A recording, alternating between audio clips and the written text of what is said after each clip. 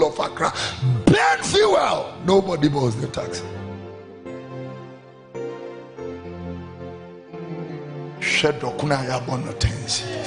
Return back with a pure heart, a repentant heart, and he will have mercy on all of us. All of us.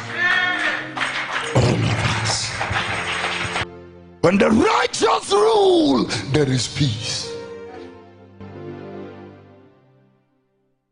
Return back to God. He will restore your fortunes. Return back to God. If a nation rejects God, they struggle. Return back to God. Let contention, evil deeds, let it stop. Injustice, cruelty, let it stop. Return back to God with all your heart. Not this religious thing, no, Christus, no. Return back to God. Is this you? We don't have confidence in a lot of our laws. And so they are praying, and I told them, I agree with you, I'll be praying with you. I'll join my faith with your faith. In Job chapter 20 verse 15, the Bible says, he has swallowed down riches, he shall vomit them up again. God shall cast them out of his belly. So anyone in this nation who has swallowed down riches, God will cause them to vomit it. From every level. Amen. For judges who take money to give bad judgment, they will vomit it. For journalists who take money to do wrong stories, they will vomit it. Soldiers and policemen who violently take what belongs to other people, they will vomit it.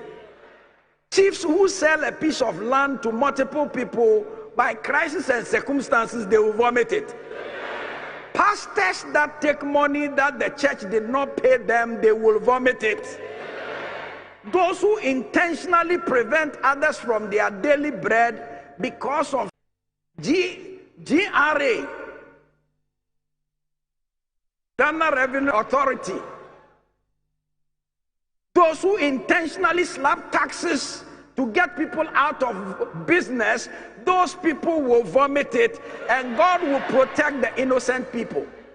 You see, our Public Procurement Act, Section 92, 2016, and Section 124, the Criminal Offences Act, 2003, says, amongst other things, that when a government official or public figure steals during procurement, he gets fined 3,000 to 5,000 cedis or 2 to 3 years in prison. But the ordinary, irrespective of the quantum of money he stole. But if the ordinary citizen who does a similar, thing, the ordinary storekeeper, the ordinary somebody, when he does a similar thing, he gets fined 24,000 cedis. The rich get away, and the poor always suffer. But you see, that is why we are appealing to the higher judge, so that this law, it doesn't favor the ordinary man, it favors the amen. They will vomit it. So public officers and anyone who goes into public office, including politics, and in 4 years gets more than a house and a good car because he stole or inflated prices or inflated a contract, he will vomit it. Ordinary people who work for others in this nation and steal from them, they will also vomit it. You see, when we talk about the vomiting, it says, and God will cause them to vomit it. It's serious. When God is causing you to vomit, you may get strange sicknesses and diseases, mental problems for your children. Your children will be taken advantage of. The sickness that kills ordinary people, the sickness that doesn't kill ordinary people will kill you, and all kinds of things. Because the money that was supposed to be used for a road, a hospital, you have chopped it. The money that was supposed to belong to somebody, you are, God will cause you to vomit it. In Jesus' name. Your descendants will have strange occurrences in health and in the things they do. Because you can go into politics. or you can be a public servant, director of a corporation, a company, etc.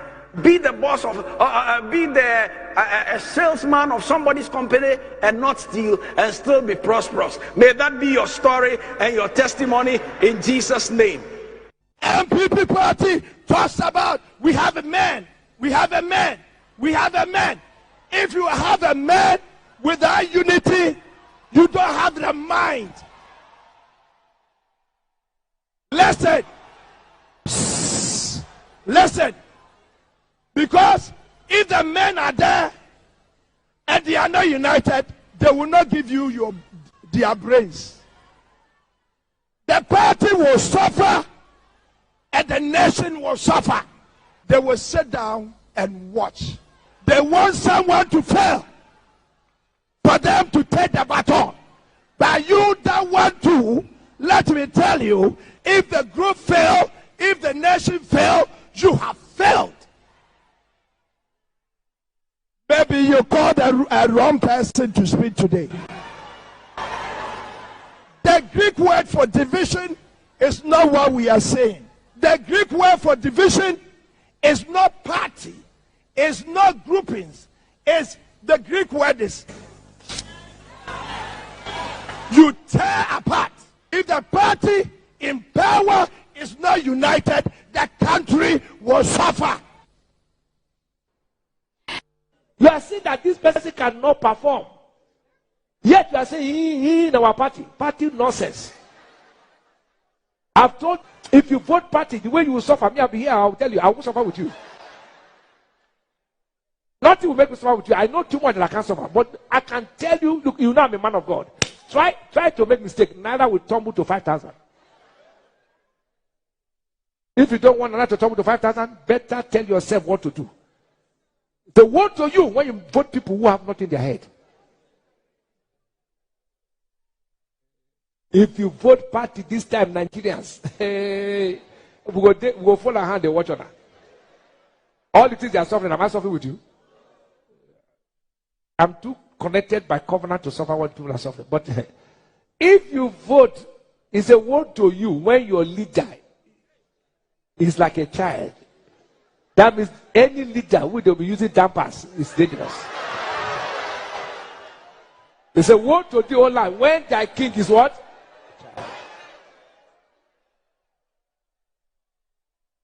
It's the Bible, I'm not the one who said it. It's a word to the whole land. When thy king is a child. They use dampers for children. So if you have a leader who they use dampers, woe to you.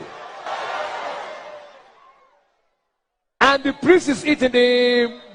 It's the Bible, am I the one that said it? Okay. Except you want to argue with the Bible. The result of the vote. So you can actually vote for a party which can punish you.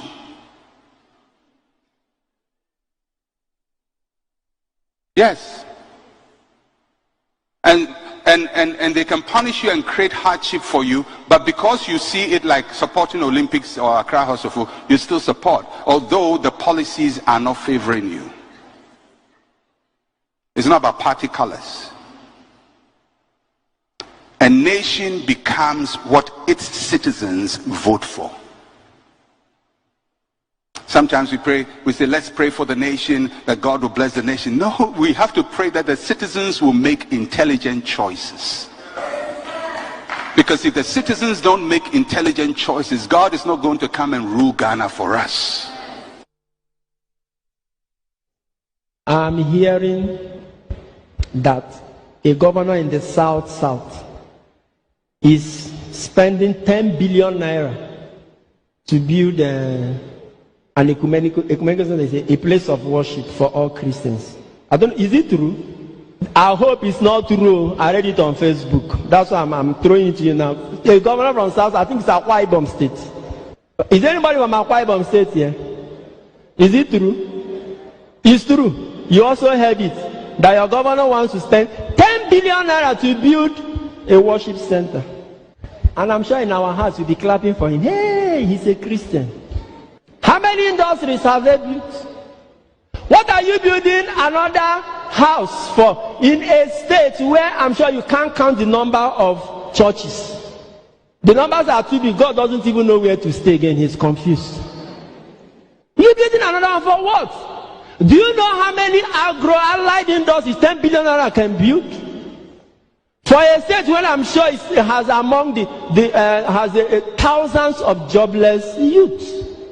You will build the church, the jobless people will now come to the church and be praying, not knowing that their job is where they are standing on. Why can't we have sense?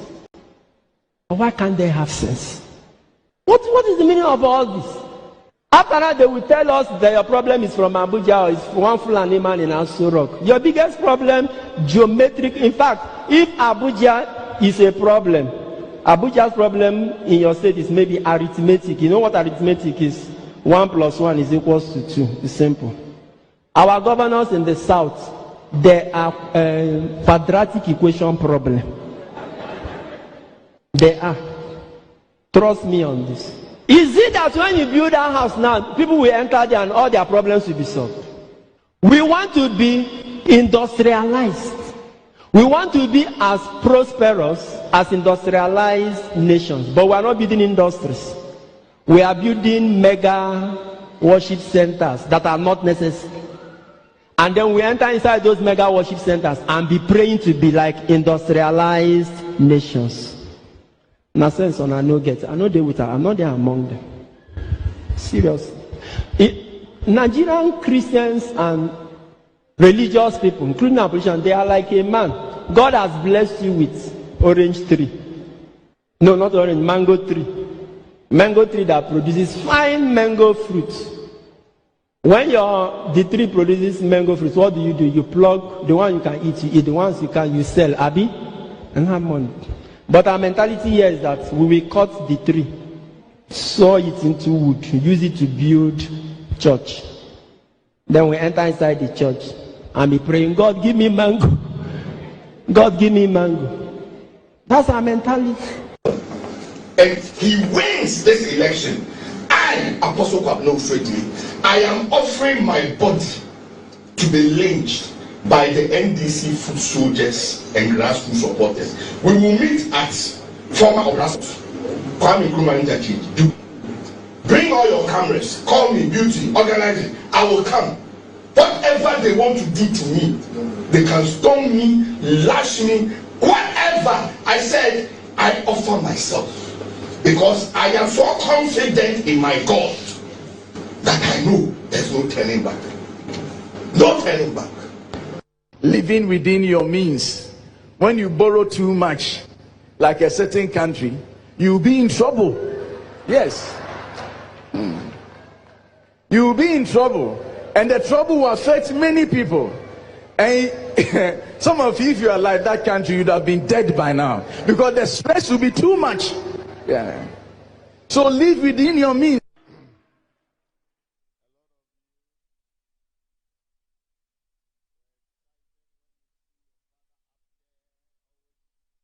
Happy. Papa is up there. Papa is up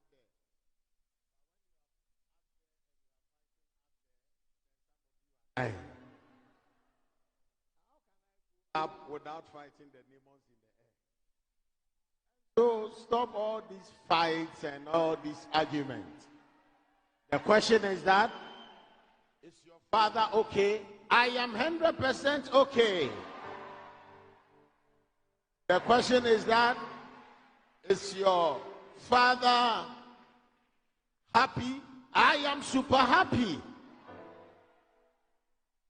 Question is that, is your father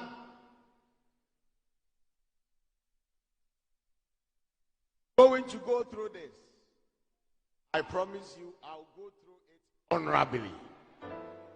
So every one of you should relax, be happy, and don't, like Doc said, don't waste your time fighting on the Facebook. Waste your time pushing the agenda of expansion.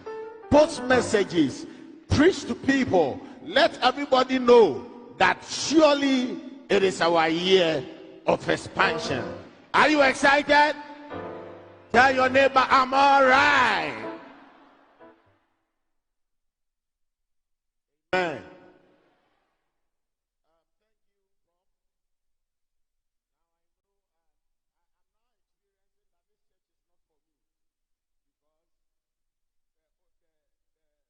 Popo Bribri is a word etymologically derived from two Ga words. Popomo, to shake body, the body shaking. Bribri means violently or vigorously. Now, so Popo Bribri is the vigorous, violent shaking of the body. And this is done by evil spirits. Because human beings created in the image of God, you can't just be in that condition. If you go to Mark's Gospel, chapter 1, verse 26, similar thing, it happened to the man, the demoniac, when the evil spirit shook him violently, and Jesus cast that out. Now, the one who was threatening to kill president, it says psychiatry, mental, so he's going to psychiatry hospitals. Now, these are people who are being controlled by demons, evil spirits. Instead of bringing them to the ministers, the pastors, so that they cast that out, you are insulting the pastor. Now, should we allow demon-possessed people to come and rule and take charge of our society? I know a lot of people stayed up all night to be listening to the election results.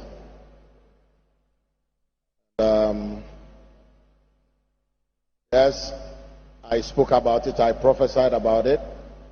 The same way God has been speaking to me over the years, He spoke to me. But the opposite occurred. The Bible says that let God be true and let all men be liars.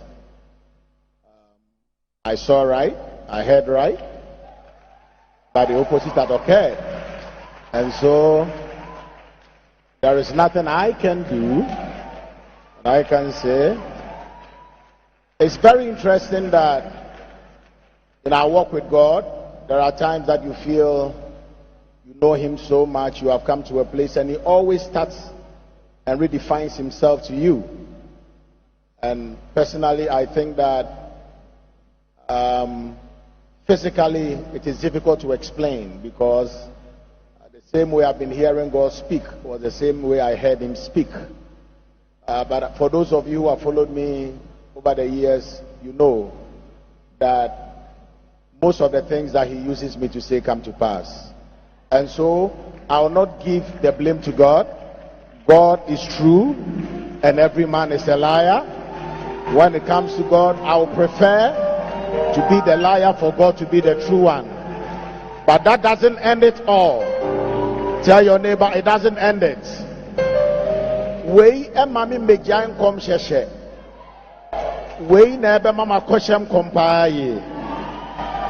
And I think I've known God so much, and I'm not the first prophet who has encountered this. Isaiah encountered it, Jehoshaphat encountered it, and so in life, that is how it is. God at times will have to let everybody know that you are human and He's God. Regardless of how much God uses me, I am man and God is God. And so let us get it right. God never made a mistake. If there was any mistake, I was the one who made a mistake. And I'm human, and that's not the first time. But there is something so strong in my heart that says that He knows what He is doing. Political research. Musa Dankwa, you are disgracing political research. What is this? Where is this coming from? What is this? Musa Dankwa, you are disgracing political research. We don't like that. If you didn't study political science and you're going to learn it from some cocoa place, don't come and embarrass us. Steve Ayan will be, Steve Ayan is an NDC man, but he will be embarrassed by this. What kind of research is this? What is this? Musa Dankwa, what is this? Congratulations, that was a well-fought victory. Okay, now I have the conversation with Musa Dankwa. Can you put his photograph over there? They do. So I received numerous tons of text messages, and everyone has shared the video of Olajuwon saying something about Musa Dankwa's analysis. It's been shared everywhere. I have had my fair share of it. It is now my distinguished pleasure to say that I sincerely apologize to Musa Dankwa for being critical of his analysis, which has tended to be spot on. Global Info Analytics, which is a company that Musa Dankwa founded, has predicted the election right. Many people did not see this coming, but Musa Dankwa's Global Info Analytics saw it coming. They predicted the percentage, and we ridiculed them in the studio because it was an outcome that was not thought to be plausible, and we apologize for that. We withdraw the ridicule, and we salute you, Musa Dankwa and Global Info Analytics. We'll be calling him to come into the studio, if he will, to share some of his opinions and his views with us. But I'll be making a call to him. Tell Musa Dankwa that I'll be placing a call to him to have a conversation about his work and to invite him to come to our studios. That's Musa Dankwa. Let's play the editorial montage that we just played again for Musa Dankwa. Ghana, we now have freedom. Let's play. Ghana, we now have freedom. Now one kasana yakos went to what you say. I will beat me case, or now will be my poster be, and I one way, thank from me and sat me show one. No one casamot the aquos to Yassi. And I shan't regent. Why not see a shan't regent to Abba? Now, Gano, that's a cranny anya BB or Hasea. Now, Omo Western North. Yeah, Paza broken heart in Yasam Ketua. Himba Emma Mabuma Pa, yes. They see what Himba Mabuma, yes, you. If you are walk or panel, no one catch that with a bra, me chrome we and Tina, but not and you will whoop and won't another bra, sister on Pemiana. So, my bro. And my papa, because of your broken heart. No, Himba, yeah, Mukane say. Ube so TV and now ube so WhatsApp nuko ube te everyday na me yawu John Mahama everyday buanipa na wa buanipa John Mahama I need us everyday nipa we need us everyday Uzo TV na tell kwasia sam kwasia yum just a buakuma tetia kuma just a me TV biem awo me wi asia me bae oye ba me se nipa famu ni abedru ba bia yadu me se nya foku yentu ohina konwa so ensan fanu be si akonwa so eye no me. Another one spiritually is that this sword that we hold, that the presidents hold to swear the oath of office. That's it. Spiritually, you can hold it only twice. Jerry Rawlings held it twice, 92, 96. President Kufuor held it twice, 2000, 2004. President Mills held it once, he died, he left. John Mahama, on the 9th of 24th July 2012, you held the sword of state and you swore an oath. On the 7th of January 2013, you held the sword of state and swore an oath. You held it twice. Why do you want to hold it 3 times and be a curse upon the country? He cannot. Nana was held it twice. He can't hold it the 3rd time. Why does John Mahama think that Ghana was created for him and that he will come and mess the nation up spiritually and physically? It won't happen. It cannot happen.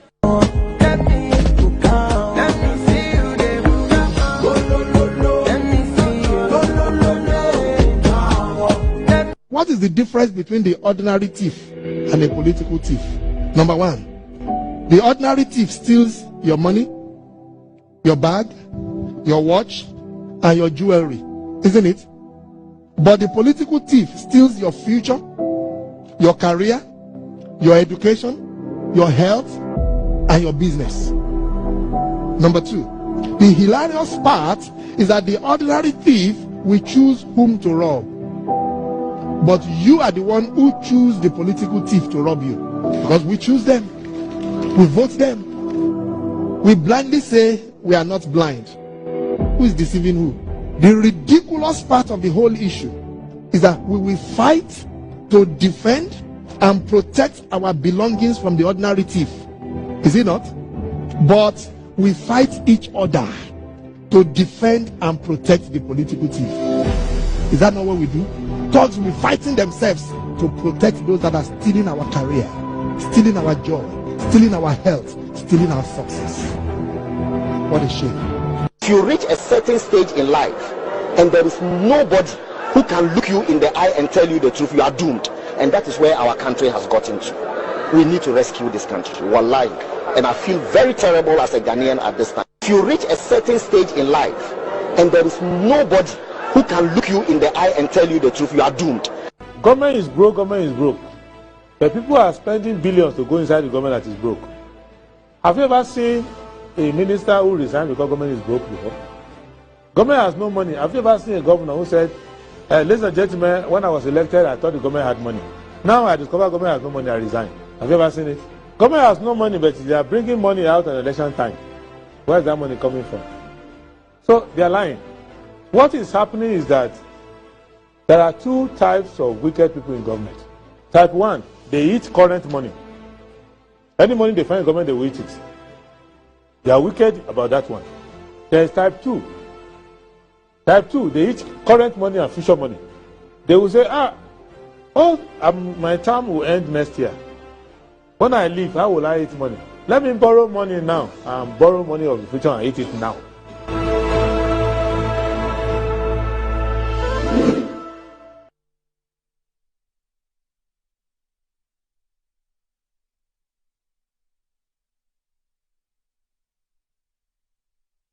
Right, hello, good morning and welcome to the show. This is Good Morning Ghana live on Metro TV. It's a Wednesday, the 18th day of December, 2024. By His grace, we're live and we're here. We're yet another edition of the show. Our gratitude to go to the Most High God for the rare privilege of being alive and, of course, the opportunity of having another conversation around the top stories making the rounds here in our dear Republic. I'll let you into our panel for the morning's conversation shortly, but let's take a look at the front page of our newspapers, Daily Graphic.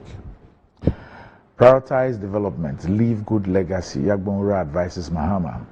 Finance Minister will lay expenditure in advance of appropriation. Mensa Bonsu assures, please probe fire that destroyed Ablekuma North electoral materials. And Daily Graphic, Suleiman Mustafa wins Top Telecoms Award. That's the front page of the Daily Graphic. Ghanaian Times. We're handing over strong economy, Finance Minister.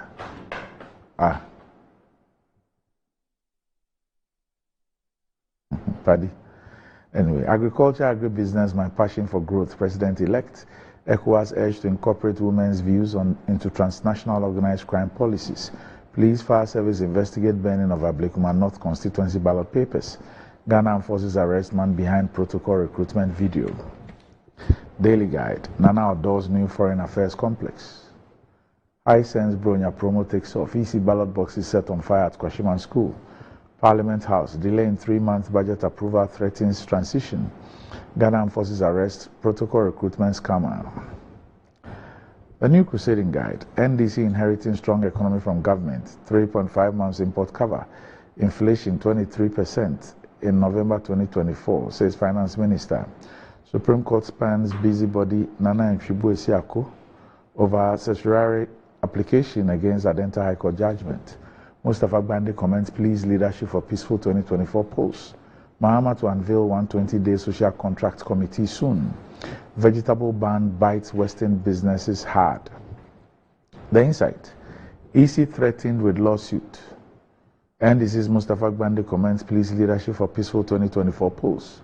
Arise for Change warns outgoing NPP government against post-election corruption cover-ups. Assessing the leadership skills of Albert Kwabena Jumfo, a game changer for Ghanaian journalism. Part 2.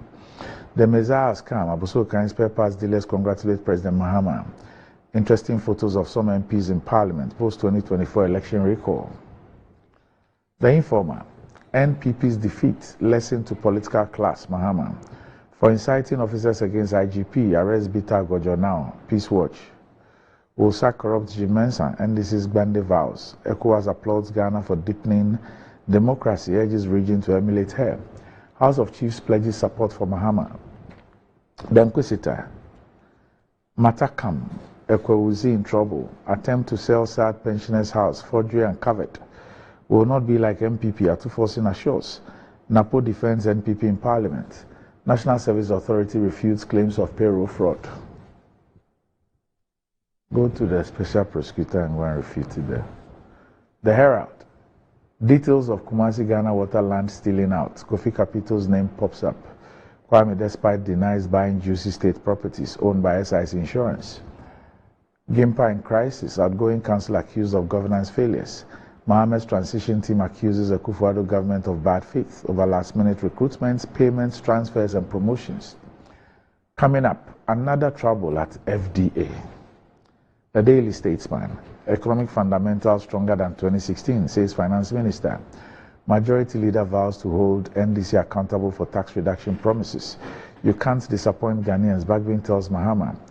Ghana Health Service embarks on community cholera vaccination campaign. The Daily Searchlight.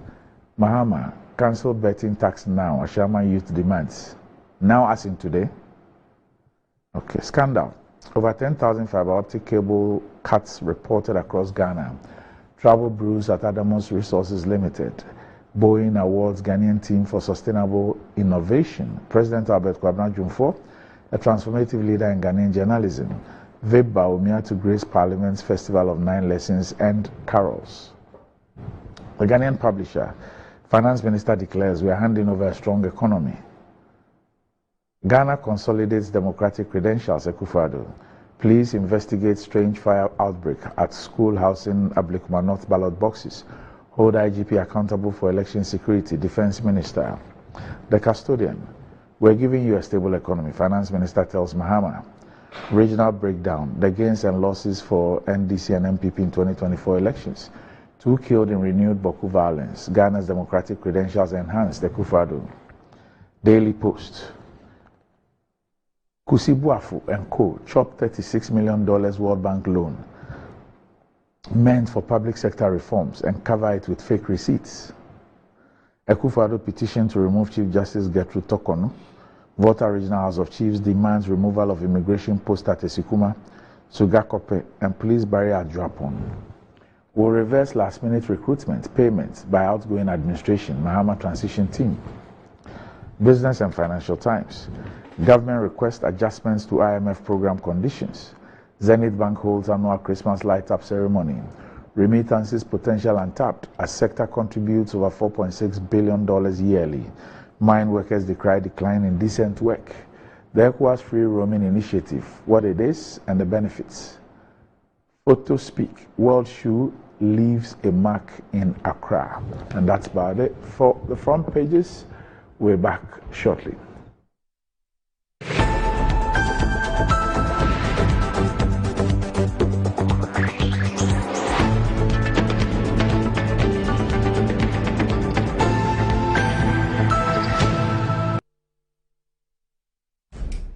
There's nothing worse than your multi-bet missing, but nothing better than having it saved.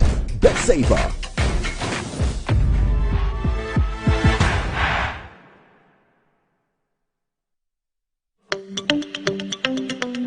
Good business means seeing the possibilities and maximizing opportunities. Making sure you have a responsive support system backs your business goals. A partner that gives you a stable platform with reliable connectivity and seamless solutions, and better understands the tools required to take you to the next level. With so many moving parts in running a business, we do our best to provide you with some stability. The only kind of stability you can find with MTN Business Broadband, the fastest and most reliable internet provider in Ghana, making sure you stay ahead and stay connected, because we understand what makes your business tick. Sign up today on broadband.mtn.com.gh or call or WhatsApp 0244 308 111. MTN. How far with your internship? To be honest, I'm so nervous about starting this new role on Monday. Oh, please. I know you'll be great at it. You should be worried about what benefits they have. Example, do they have health insurance? I doubt they will have that for internet. But no shaking. I have NHIS already. After you answer a line, ting. Ina, look at you. What are you going to do in the office when you can just download your app to register for an NHIS membership? Yes, my people. You heard right. You can now download and register your membership on my NHIS app. No long queues or tedious paperwork. All you need is your Ghana card to register for yourself and for others. Once you register, you get a new digital NHIS card on your phone. My NHIS app gives you access to credentialed health facilities and services across the country. NHIS covers over 95% of disease conditions in Ghana. Access to healthcare just got easier. Now let me sign up quickly. Please, Seth, I'm starting work next month.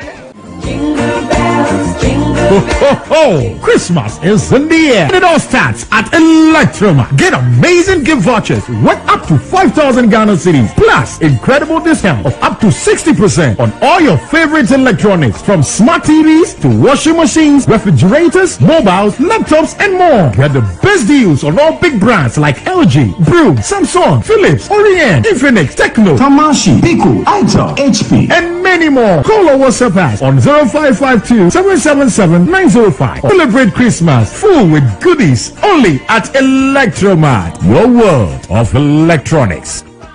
Attention all farmers, are you ready to take your crops to the next level? Introducing 3 effective organic composts that will revolutionize your farming practices.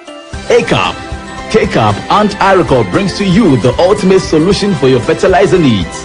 Introducing the ACAP Grade A, KCAP Equiafua Jinkwa, and the Iricop with cocoa blends, palm blend and mulch. These are made from locally sourced municipal solid waste, and these are the perfect choice for sustainable farming. Join the organic revolution today.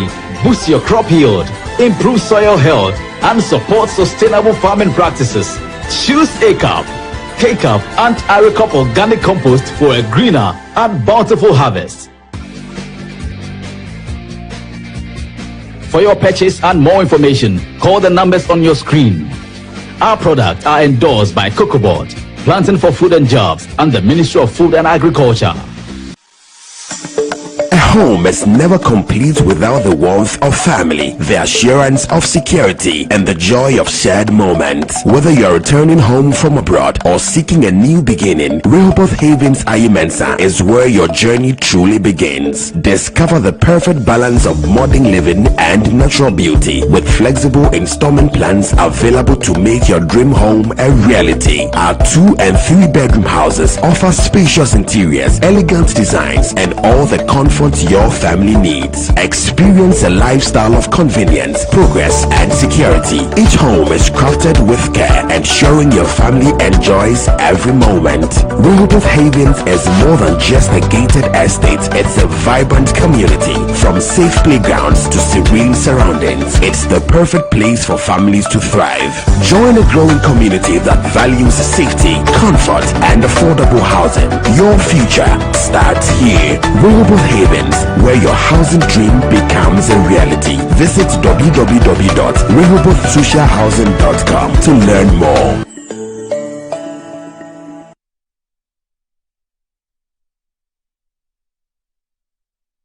Here's Kwame and Yao. After hours of planning, both have locked in the same perfect multi-bet. Big win for United, over 1.5. And both teams to score in the London Derby. But who could have picked Leicester over City? Or a high-scoring game at the Bridge? There's nothing worse than having your perfect multi-bet missing. But there's nothing better than having it saved. Bet Saver. Win, even if your bet misses.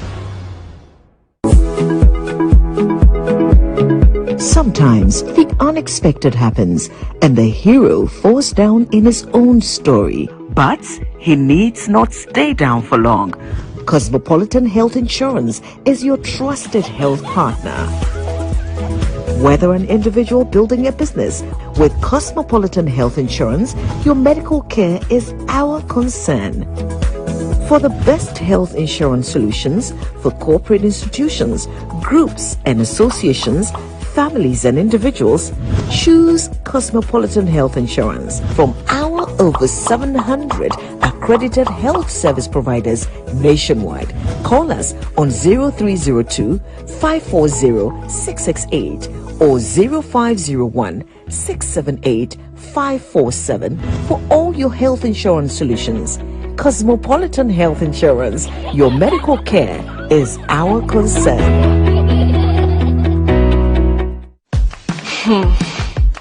Look around. Home also need a makeover. Mine clearly does. So we went to Ashroom and found the Como collection. It had everything we're looking for and more. Matching furniture for the entire home, designed with you in mind. Where's Como collection? Dressing up is just a breeze. Always ready with a perfect accessory. A magic dressing mirror. One look and you're ready to face the world. Or at least the kids. A bed perfect for young men who want a table that turns into a treasure chest. And finally, a sofa with this grand TV unit for family time at home. Head over to any Ashphone store now and discover the new Como collection. Ashphone, feel it, know it.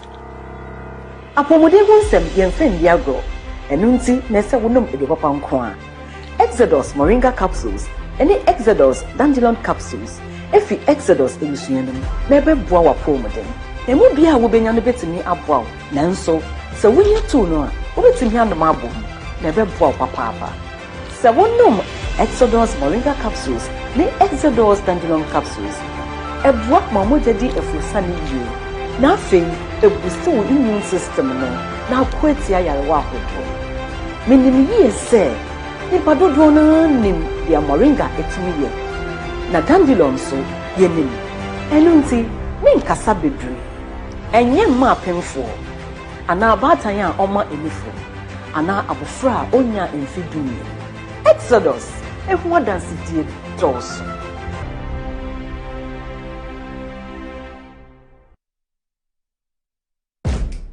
There's nothing worse than your multi-bet missing, but nothing better than having it saved. Bet Saver.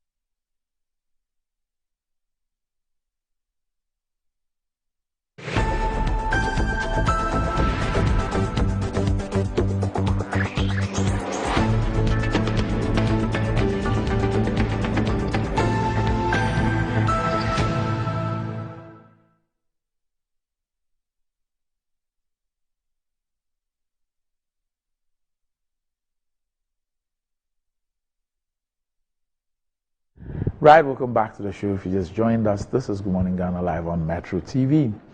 And with the buy now, pay later with Sun Metro, you can now buy a sleek and trendy smartphone and enjoy the luxury of paying in convenient weekly or monthly installment plans. All you have to do is walk into any of MTN's service centers to choose your favorite from a wide range of mobile phones on offer. The best part is all phones come with up to 2 gigabytes free data, so you can share your pictures and get all the biggest scoops online for the first 6 months after purchase. Go on, share the exciting news with your family and friends and stay connected on the smart side of life with MTN and Sun Metro. So with me on the show this morning, I have the managing editor of the Insight newspaper, Kwesi Pratt Jr. I wonder how many transitions he's seen in his life. Basically, good morning. Good morning, sir. Right. Also with me on the show, there's something they say in Tree. I hope I get it right. There's a Deputy Minister of Energy who's also the MP and MP-elect of the Fija Kwabre North constituency, Collins Adomaku Mensah. Honorable, you're my way from. I survived. Is my tree correct? Correct. You're my free. Yes. I survived. I can't say.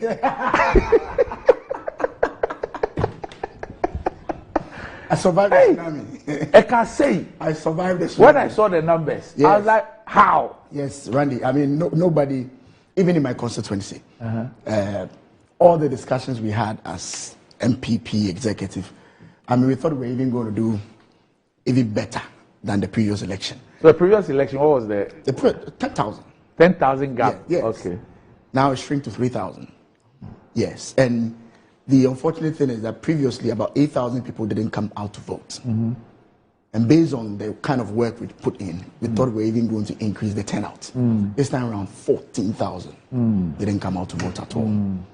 And when I went out in the morning to observe, and I saw, I mean, this is a very strong hold of the MPP. And normally by 8, 9 o'clock, you could see the queues. You know, sometimes people use stones to even prepare where they want to stand, but that was not happening. So when I got up in the morning and I went around, and I saw that the queues were not as long as they used to be.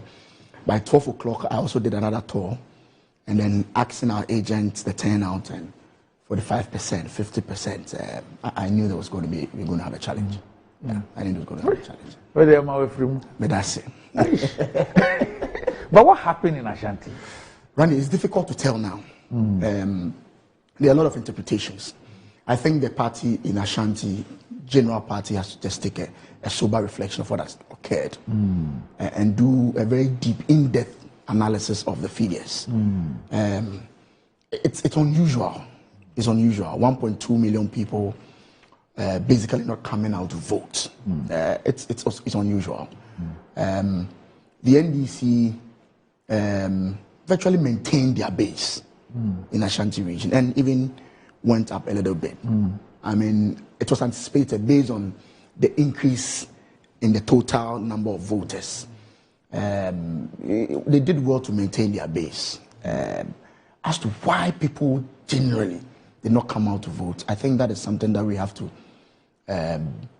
delve deep into and have a very, I watched my senior brother Eugene say that open heart surgery, very frank discussion on various platforms, counter accusations here and there. Now, which is normal. I mean, in Ashanti region, the seats that were safe. We know the seats that NDC has won before. Yes. NDC has come close to. Yes. Those seats when NDC wins, it really is not news. Of course. If you take the Asawasi, Ejura, those seats, they are not an issue. But my boy Achi's place. That was one of the shocks. How did that happen? That's one of the shocks.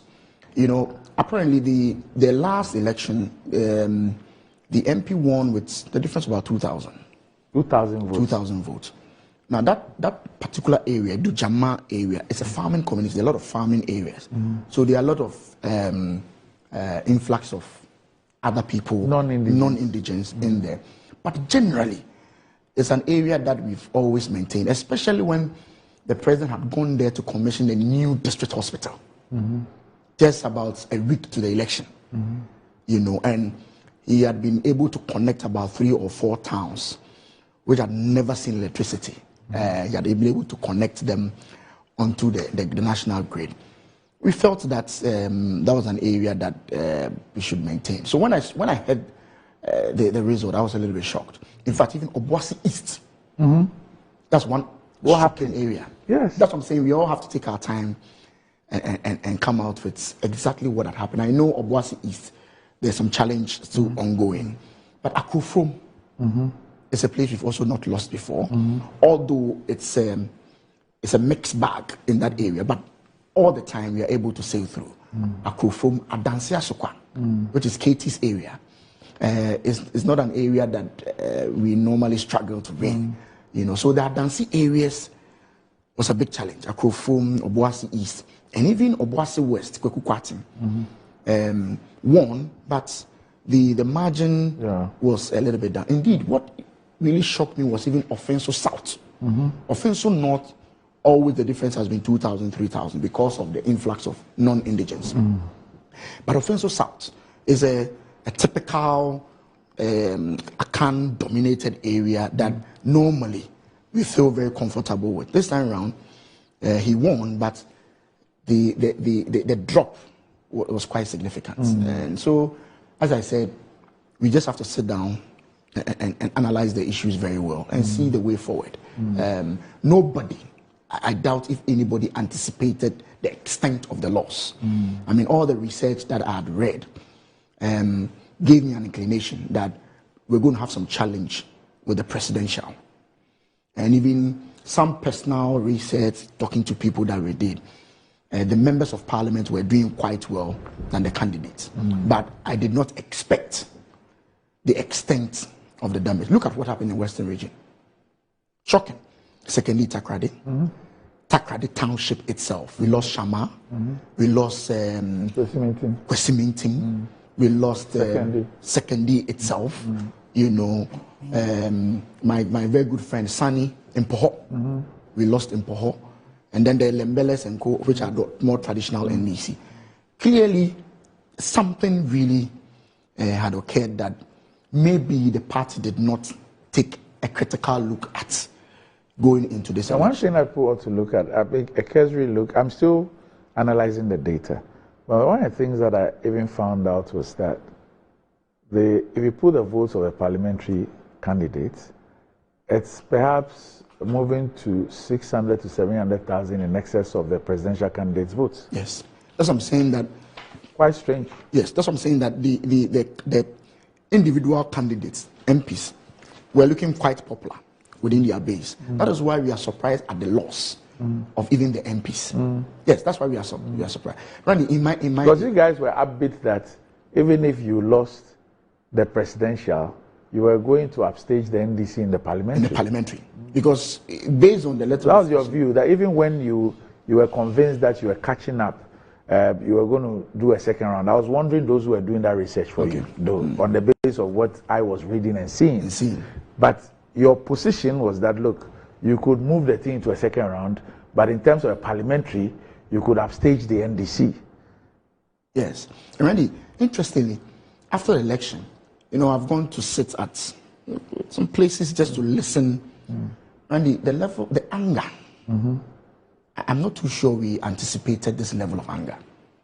Yes. Then you were not listening. No, I'm saying that people were talking. You could hear radio, but the level of the anger. No, you were listening too much to Want to Me radio and Want to Me TV. And the level of the anger. I mean, sitting at just normal bars and joints and listening to conversations from ordinary people in Ashanti region. So one very... you said you were going to make 85%. That's when I realized that some wires were at the wrong places. One elderly man told me that, oh, don't worry, we did a special project. I'm sorry to tell you. A man told me that, don't worry. Don't worry. So you could see that they were quiet, but inwardly they had a very well thought through, determined mind. Either they don't go out to vote or they vote otherwise. You know, so that's what I'm saying. We should take just because you see the data. You can dislike Musa Dankwa all you want or you can, but the data kept telling you that of the number of people who voted for Akufo-Addo in 2020, and they could be MPP and floating, a certain percentage, in most cases, 25%, 30%, 35%, are saying that they will vote for John Mahama or Alan Shermantin or Nana Kwame Bediako.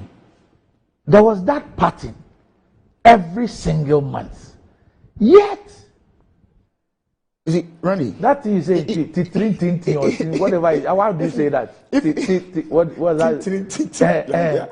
You are not moving. Yes. Yeah. So Randy, if anybody who had observed my communication on radio, TV, I mean, Kanapa says something that always rings in my mind, that criticisms are unpaid consultancy.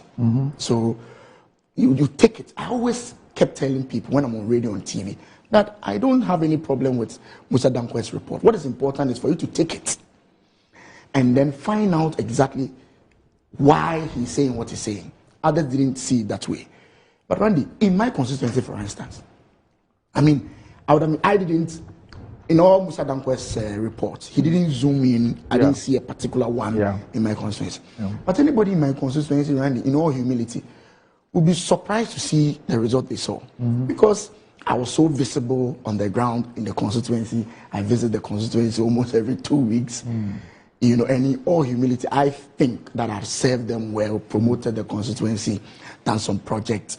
And I felt I had positioned myself in the constituency, the party at the constituency so well that if not for anything at all, we should be hitting 60-65% or repeat what we did last year. But when the results started filtering in, you could see the level of, you could say, apathy, or people simply not going out to vote. In spite of all the logistical arrangements I put in place, getting people in Kumasi, indigenous from Kumasi to come and vote, from Accra to come and vote, you know. So, as I said, we just have to take our time to reflect soberly on this. I've seen a lot of very strong words going. It's normal. I mean, when you lose an election in the next 3-4 weeks, you get this kind of rhetoric. But I'm just hoping that as time moves on, the party will sit down, reflect on it, and then see the way forward. Randy, it has happened. We've lost the election. The extent of the loss was not anticipated. It's quite huge, very, very huge. Yes, but you kept taunting John Mahama that a president who lost by 1 million votes has been roundly rejected. It's the worst performing. Randy, I'm not sure you're expecting us to say otherwise. This is politics. I mean, you expect the president to say that, yes, oh, this is a one-term president. He's not going to come back again. I mean, I'm not sure you're expecting Nanado to say, oh, John Mahama is going to win. He will not say that. But the results have proven otherwise. And so we all have to reflect soberly on it. And when you saw the president and Mr. Mahama, who had gone back to the Flagstaff House to start a whole transition process, and you look at the picture, I'm sure His Excellency Nana Addo Dankwa Akufo-Addo will reflect on some of the things that he had said during the electioneering campaign. And it's a lesson for all of us. For me, as a young politician, these are lessons that we are all learning from. I'm just hoping that this current government will do as they've said. Of course, as an opposition. You are still the current government. No. I mean the next government. Of course, as an opposition, we'll continue to do our best to put them on their toes and to point out a few things that we think should be pointed out. But let me thank my people, Efijako Abrenov, for reposing their confidence once again in me for the next 4 years. And as I've done, I'll continue to serve them in dignity. But that's it. Yes. Honorable, I'm finding it very difficult to understand you this morning. The people in your constituency did what they did, premeditation. And then you're saying that the people in the constituency will be surprised at what they themselves willingly did. How? But I'm not saying the people. I'm saying that anybody who observed me and my activities in the constituency. That includes the people in your constituency. Will be they surprised. cannot be surprised by their own actions. No, I'm not saying so. I'm saying that we'll be surprised. Yes, I won, but the margin of the win. I was surprised. Yes. Because Randy is an outsider. He can afford to be. Yes. That's what I'm saying. But I'm saying that the people who reduce your margins cannot be surprised by what they did. They knew what they were doing. It was premeditated. Yes. They calculated. This is what they wanted to do. You understand? So there's no way we can talk about the element of surprise in what happened in your constituency or even the whole of the Ashanti region. That's number one. Now, number two, anytime politicians say things that we find are not true, they then turn and say, oh, it is politics. Who told you that politics is about manufacturing lies and peddling them? That's not politics.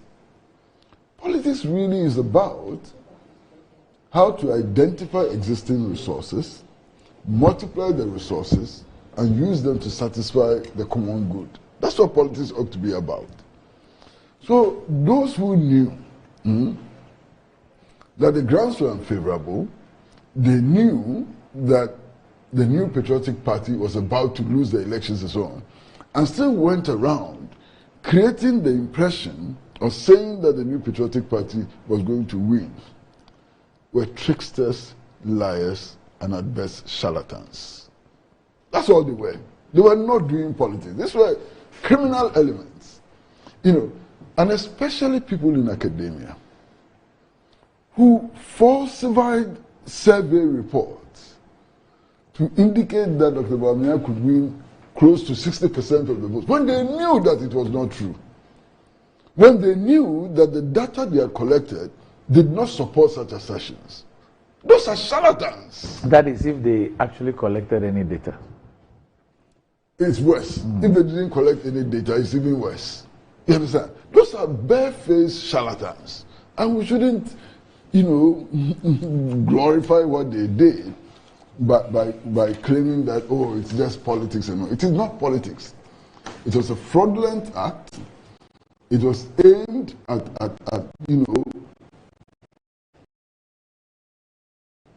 marching all of us, towards the destination that they themselves knew, was not realistic.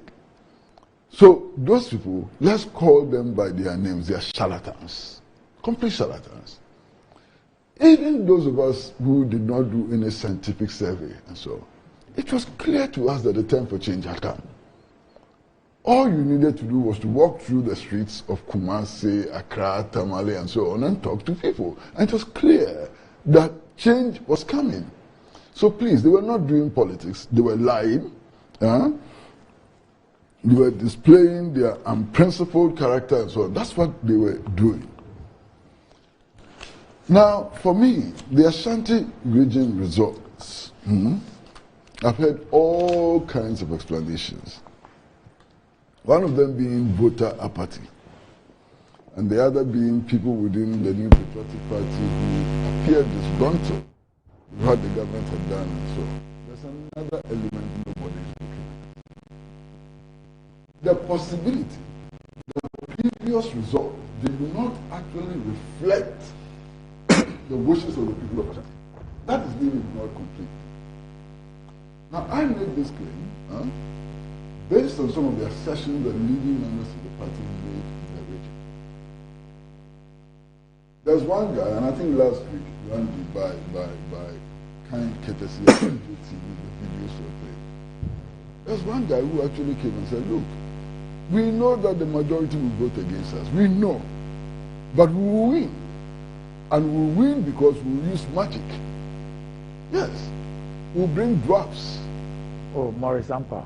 Yeah. Okay? Now, if anybody today says that we know that we are going to lose the elections, but we'll find ways of winning the elections, what ways are you going to find? He said dwarfs. Yeah. You don't believe what I'm saying? No, I'm not. Yeah. Okay. And then there are leading members of your party, office bearers, who came up and said, there are a million ways of winning elections. You can't count 2 ways of winning elections. There's only one way of winning elections. So when people begin to tell you that there are a million ways of winning elections, what are they telling us? Okay? So all of these statements will tend to suggest that some of the things that happened in the past, where dwarfs voted, where a million ways were found to win elections, could not happen this time. So Professor Eagle-Eyes, you know Professor Eagle-Eyes? No. Okay, Dr. Manibwama. Here's Professor Eagle-Eyes. Well, I didn't know that was his name. Yes. In fact, he reduces the 1 million ways to 4. Okay. To 4. And he has this interesting thing. He says that reducing ballot stuffing, well-trained polling agents, arresting fake ballot papers, activating all body cameras. Simply put, NPP's true strength in Ashanti region has been revealed. Okay. So that's a possibility. That this is the true strength of the party in the Ashanti region. Could be. All right. Okay. Now, the other thing too, which for me is important, and anybody who has watched election before and so on knows that election rigging is only possible in your stronghold. You cannot win. It's only possible in your stronghold. Election rigging is only possible in your stronghold. Okay. So I think that also ought to be a factor that has to play in and so on. But beyond all of this, I mean, yesterday I was listening to some NPP serial callers like Y2K and so on. And it was clear that they were bitter. Activists of the party were very bitter. This guy is talking about his experience, his child having finished school and looking for a job. And actually had to pay a bribe in order to get his child employed. And he spoke about the experiences of many others in the party. So you had a situation where the grassroots to middle level of the party actually felt cheated. And that also must have played a key role, not just in Ashanti, but throughout the country. Then there was the issue of messaging. I mean, some of the messaging, I couldn't believe it. And I was wondering, who is advising these guys? At the time when we were experiencing power cuts, your party decided to use power cuts as an election gimmick. Don't vote for Muhammad because in the stand there was Jimson. But we are in Jimson now. You understand? And it was so silly, it was unbelievable. My area, Musuku, last night, we slept in darkness. And it's not the Muhammad era. In any case, why would you go back 8 years ago? Your whole campaign message was traceable to 8 years ago. The assumption then by everybody was that the current situation is so bad that you cannot deal with the current situation and you have to retreat into the past. It didn't help you in any way. Then there were the heavyweights in your party, and there are many heavyweights in the party, who felt strongly that they were being disempowered. They were deliberately being disempowered. A certain cabal within the party was going after them. And so that didn't help you. It didn't help you at all. Can anybody give me one good reason, or give the NPP or Ghana one good reason why James Mensah Bruce was replaced? And replaced by Fenno Maki. One good reason, just one good reason. Now, if you do this, how can we win elections? You understand? Clearly, somebody like Apia Kubi had been slated for execution, and it reflected in the votes in his constituency, and so Eugene Entry. How did Eugene Entry lose his seat? You know it. So if you do all of these things, it comes back to eat you up. Understand? And then people in the party who are doing things which endeared the party and government to the public, people were mad at them. Absolutely mad at them. When Mr. Kandapa, for example, made that his famous statement about judiciary and how the judiciary ought to behave in a multi-party dispensation, he saw the knives which were drawn and pointed at him. But that statement was a very popular statement. You destroyed it. He was giving you heads up. You went and destroyed it. How did you expect the election results to go? After misbehaving, how did you expect the election results to go? And then we are getting into a situation where people actually now believe that the messages coming from you were not true. Because everybody knew they were suffering from economic collapse. And yet, your leaders kept telling us how wonderfully the economy was doing. Who do you think you were talking to? Children? Brainless children? No. We're talking to Ghana. They are still telling us that. And you're talking to Ghana.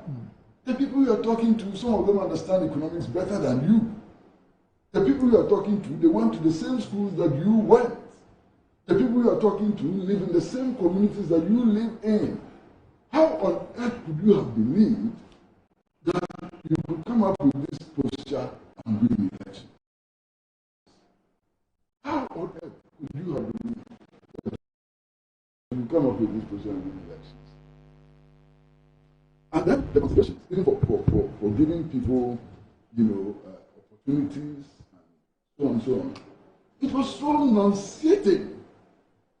And you choose a vice president, a vice presidential candidate, only because of his tribe and where he comes from. And you're not even hiding it, you're doing it in our face. To the extent that his chief makes a pronouncement that, look, if you become president and your vice president misbehaves, don't punish him. Come to me and let me punish him for him. And you expect Ghanaians to accept this. You honestly expect Ghanaians to accept a situation where the power of the vice president to discipline his vice is handed over to a chief, whoever that chief is. If you expect that will be comfortable with it, incredible.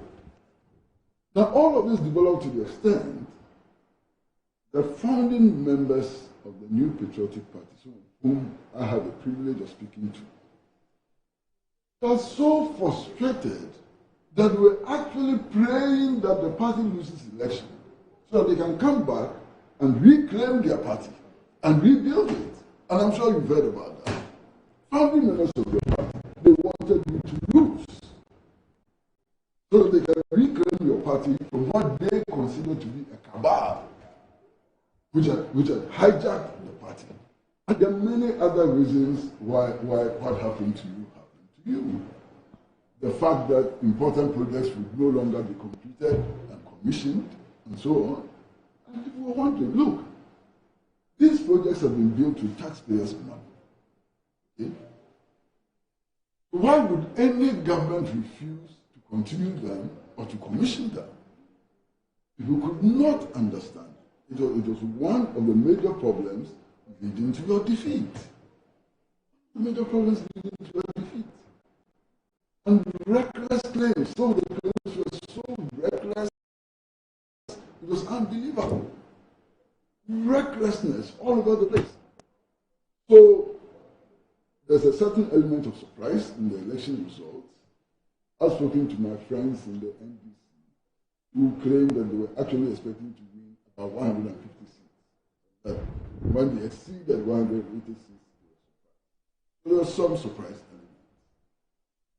There were people who actually thought that former President John Dramani Mahama would win first round victory, and that he was going to get between 52 and 53%, about 50 and 7%. So there was some surprise element. Now, how do I explain that surprised me? I explain those surprises simply like this. What happened was not exactly the result of the competition between the NDC and the NPP. No. Yeah, the two parties existed. But I think that over this period, a mass movement emerged. Mass movement who didn't have a leadership, clearly defined leadership. A mass movement who didn't even have a shape. And so, and therefore, it was impossible to see the mass movement and to measure it. And that mass movement was simply the anger of the population, the resentment of the population. A certain section of the population which was so disillusioned about what was happening. It was not talking, it was not holding rallies, it was shapeless. So when that mass movement, made its statement, it came as a surprise to all of us because we didn't even know that that mass movement existed. Now, if you look at the elections, we also find that about 7 million registered voters did not vote at all. hope I'm right. Yeah. Yes. About 7 million did not vote. Now, all kinds of reasons have been given for that. Some claim that they were NPP supporters who, for various reasons, did not vote. Why don't you also consider the fact that the voters register is bloated? I think the voter register is bloated. You can get this outcome. Now, statisticians and those who know, I don't, raise questions about how a country with a population of 32 million people, most of whom ought to be below the voting age, has a voter population of 18 million. How is that possible? So if you have a bloated voter register, you can get this outcome. But even beyond that, it's also the fact that we don't know who they are. But where were the 5.7 million free SHS people? That's my brother here. As the honorable member of Parliament. You understand? That is also a phantom play. That is easy to know. Because all the political parties, what they did at the polling station is that we all had the register. And we're taking those who had come to vote. So the point is that if you want to know those who didn't come out to vote, it's easy for you to know. Because in my constituency like this, the 14,000 people who didn't come to vote, it's easy. In fact, we started compiling them. It's easy to know those who didn't come to vote based on the activities at the polling station. Because both political parties, we all had the registers. When you come in, they take. You don't know us. No, I'm saying that it's easy to know those who didn't come out to vote. Because all of them are. No, I'm saying that they are all on the register. And so at my polling station, if Randy and Angus comes to vote, in fact, we know those who voted and those who didn't vote by name. We know. But Randy, I'm not contesting Honorable's claim that it is possible to know. I'm saying that we don't know now. We do. You know? Yes. In my constituency, those who didn't come to vote, I know. Because the register. And you know the products of the free SHS. Yes, I know. You know? Yes. And in my constituency, we are, as I said, the register was given to each political party, each polling station register. Yes. And then I have. But does the register profile the people? No. The register will, as I'm saying, the register will tell me that didn't come to vote. Yes. Because my agent would have taken those who voted.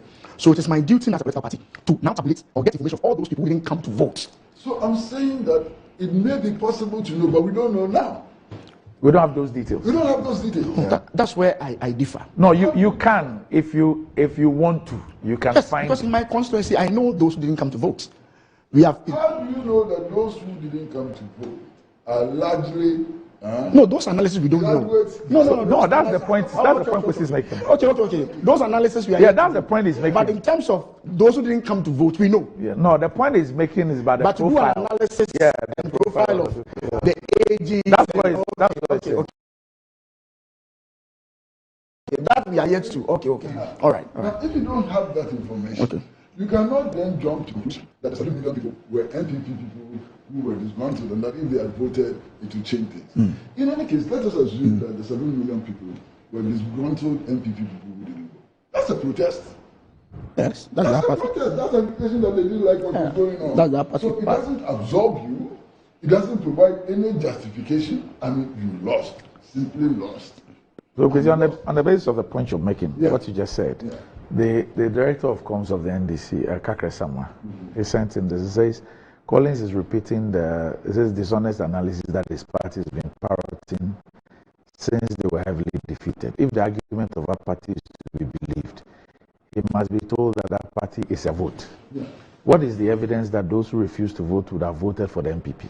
Why is the MPP still insulting ordinary Ghanaians that their votes do not matter? And rather, those who refuse to vote at all must be deemed to have decided the verdict. But I disagree with this. No, but to call me dishonest, Ankwesi. I don't think no, it's not called you dishonest. No, he said the analysis.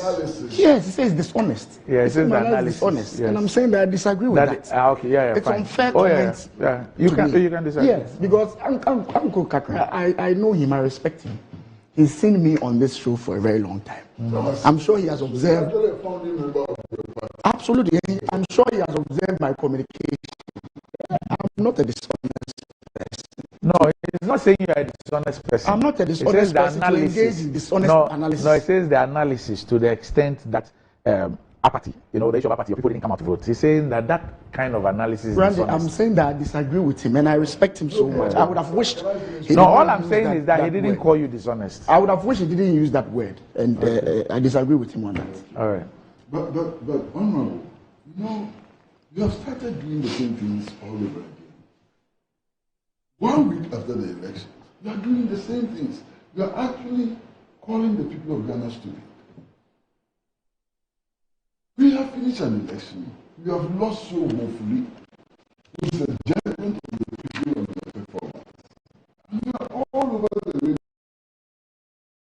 radio stations saying that we've done so well. Yesterday I heard somebody on Radio Computer saying that people have made a mistake and that they can't understand why, after such a fantastic performance, the people of Ghana would vote. So Kwesi, I'm told that we have a technical challenge with the sound. So we'll take a break. We'll perhaps watch some of the videos of political commentators as we fix this and get back to you. It just started.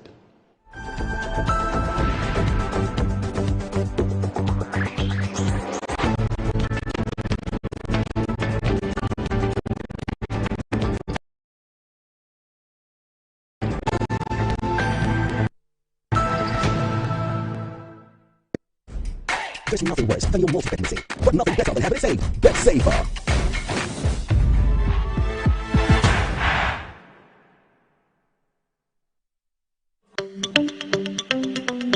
Good business means seeing the possibilities and maximizing opportunities. Making sure you have a responsive support system backs your business goals. A partner that gives you a stable platform with reliable connectivity and seamless solutions, and better understands the tools required to take you to the next level. With so many moving parts in running a business, we do our best to provide you with some stability. The only kind of stability you can find with MTN Business Broadband, the fastest and most reliable internet provider in Ghana, making sure you stay ahead and stay connected, because we understand what makes your business tick. Sign up today on broadband.mtn.com.gh or call or WhatsApp 0244 308 111. MTN.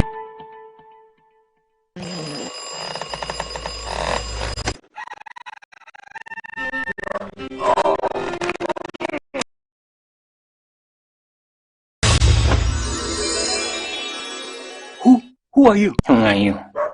You from the future. Who doesn't sleep on that slice of bread for mattress anymore? On some slippers, then follow me. If it is part of the mattress, who did it from there? Yeah? I've been a mattress where the bed for me. Wait, what are you doing?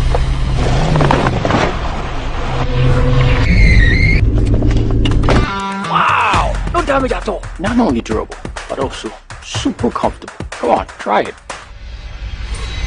Nothing day like ash foam. Enjoy full body support and unparalleled comfort for restful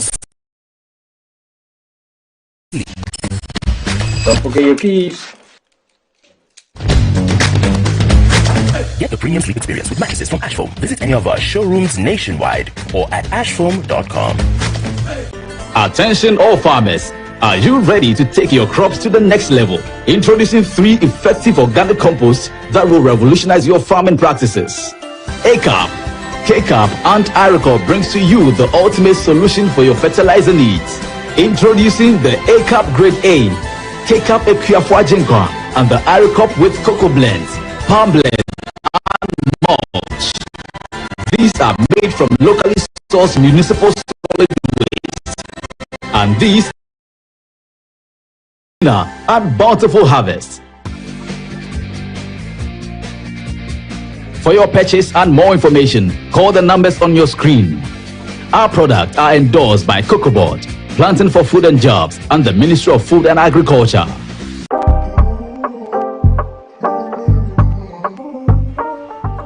This is Coastal Park, a well-demarcated gated community carved out to host your residential and commercial properties. With a minimum of 40,000 Ghana cedis, you too can own a piece of the serene site. It's just 50 minutes drive from the Central University College, as well as just some 5 minutes drive from the Ningo Senior High School.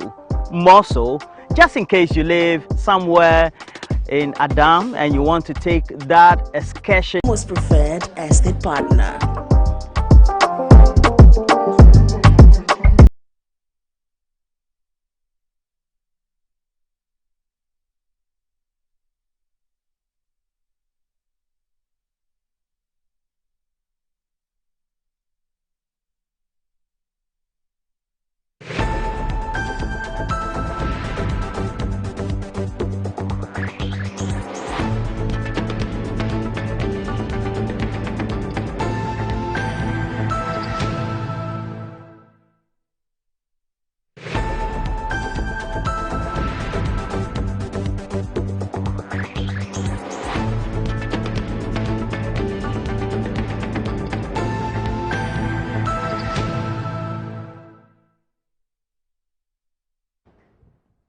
Right, welcome back to the show. If you just joined us, this is Good Morning Ghana Live on Metro TV. Still with me. On the show, I have the President-elect side issued a statement about some agreement with respect to payments and, you know, last-minute payments and recruitment processes and all that. But a spokesperson for the government transition team and Minister for Information, Fatima Abubakar, dismissed the claims that there's that agreement, and she emphasized that operations of the transition team do not suspend government activities. Quote, the fact is that the work of the transition team do not suspend government activities. Quote, the fact is that the work of the transition team does not put an embargo on the government business and does not oust Abubakar dismiss the claims that there's that agreement, and she emphasized that operations of the transition team do not suspend government activities. Quote, the fact is that the work of the transition team does not put an embargo on the government business and does not oust the authority of the legitimate government that will end on midnight of January 7, maybe January 6. There was no agreement to hold the recruitment or payments by the government. She further clarified that the role of key government entities, including the finance minister and control accountant general, remain intact during the transition. She says the transition does not replace the mandate of the finance minister to spend, or it does not replace the mandate of controller accountant general to pay. Underscoring the authority of the current administration, addressing concerns regarding recent recruitment, she noted that no new warrants for recruitment had been issued since the election. She says since the election, not a single warrant has been issued for the recruitment of any person. The Interior Ministry and the Health Ministry have already put public releases informing nurses to go onto their portal to start the recruitment processes. And her comment seeks to allay fears of irregularities and affirm government's continued legitimacy during the transitional period. But guess what? We have a statement from the President-elect's transition team. Okay. And yes. And it says that last-minute payments and recruitment by the outgoing administration. This signed by Felix Kwachu Fosu, spokesperson, Mahama Transition Team. It says the transition team of the President-elect, H.E. John Dramani Mahama, has noted that despite an agreement reached at the second meeting of the Joint Transition Team held on Friday, 13 December 2024, that last-minute recruitments, payments, and such other actions be cleared with the Joint Transition Team, the NPP government continues to undertake these activities without recourse to the agreement. The transition team of the President-elect wishes to state emphatically that given the bad faith displayed by the government, all these payments, recruitments, transfers, and promotions, some of which have been backdated, will be reversed, and when necessary, public officials responsible for them held to strict account when a formal transfer of power takes place. For the avoidance of doubt, all public officials are strongly cautioned to resist pressure from outgoing political actors to engage in these acts, as they could attract severe consequences when the new government takes office. Now, Kwesi, since this issue started, there are people who have said that, look, we have this transitional act that deals with issues of transition. We should stop leaving things to the discretion. and sometimes common sense of political actors and legislators. If we think that it is proper that once a transition is put in place, some things must be run by the transition, let's put them in the law. If we think that perhaps 6 months to the election, some things must not be done, we should put them in the law. And that leaving things to the discretion and common sense of people, especially people in authority, especially in the Fourth Republic, has not worked.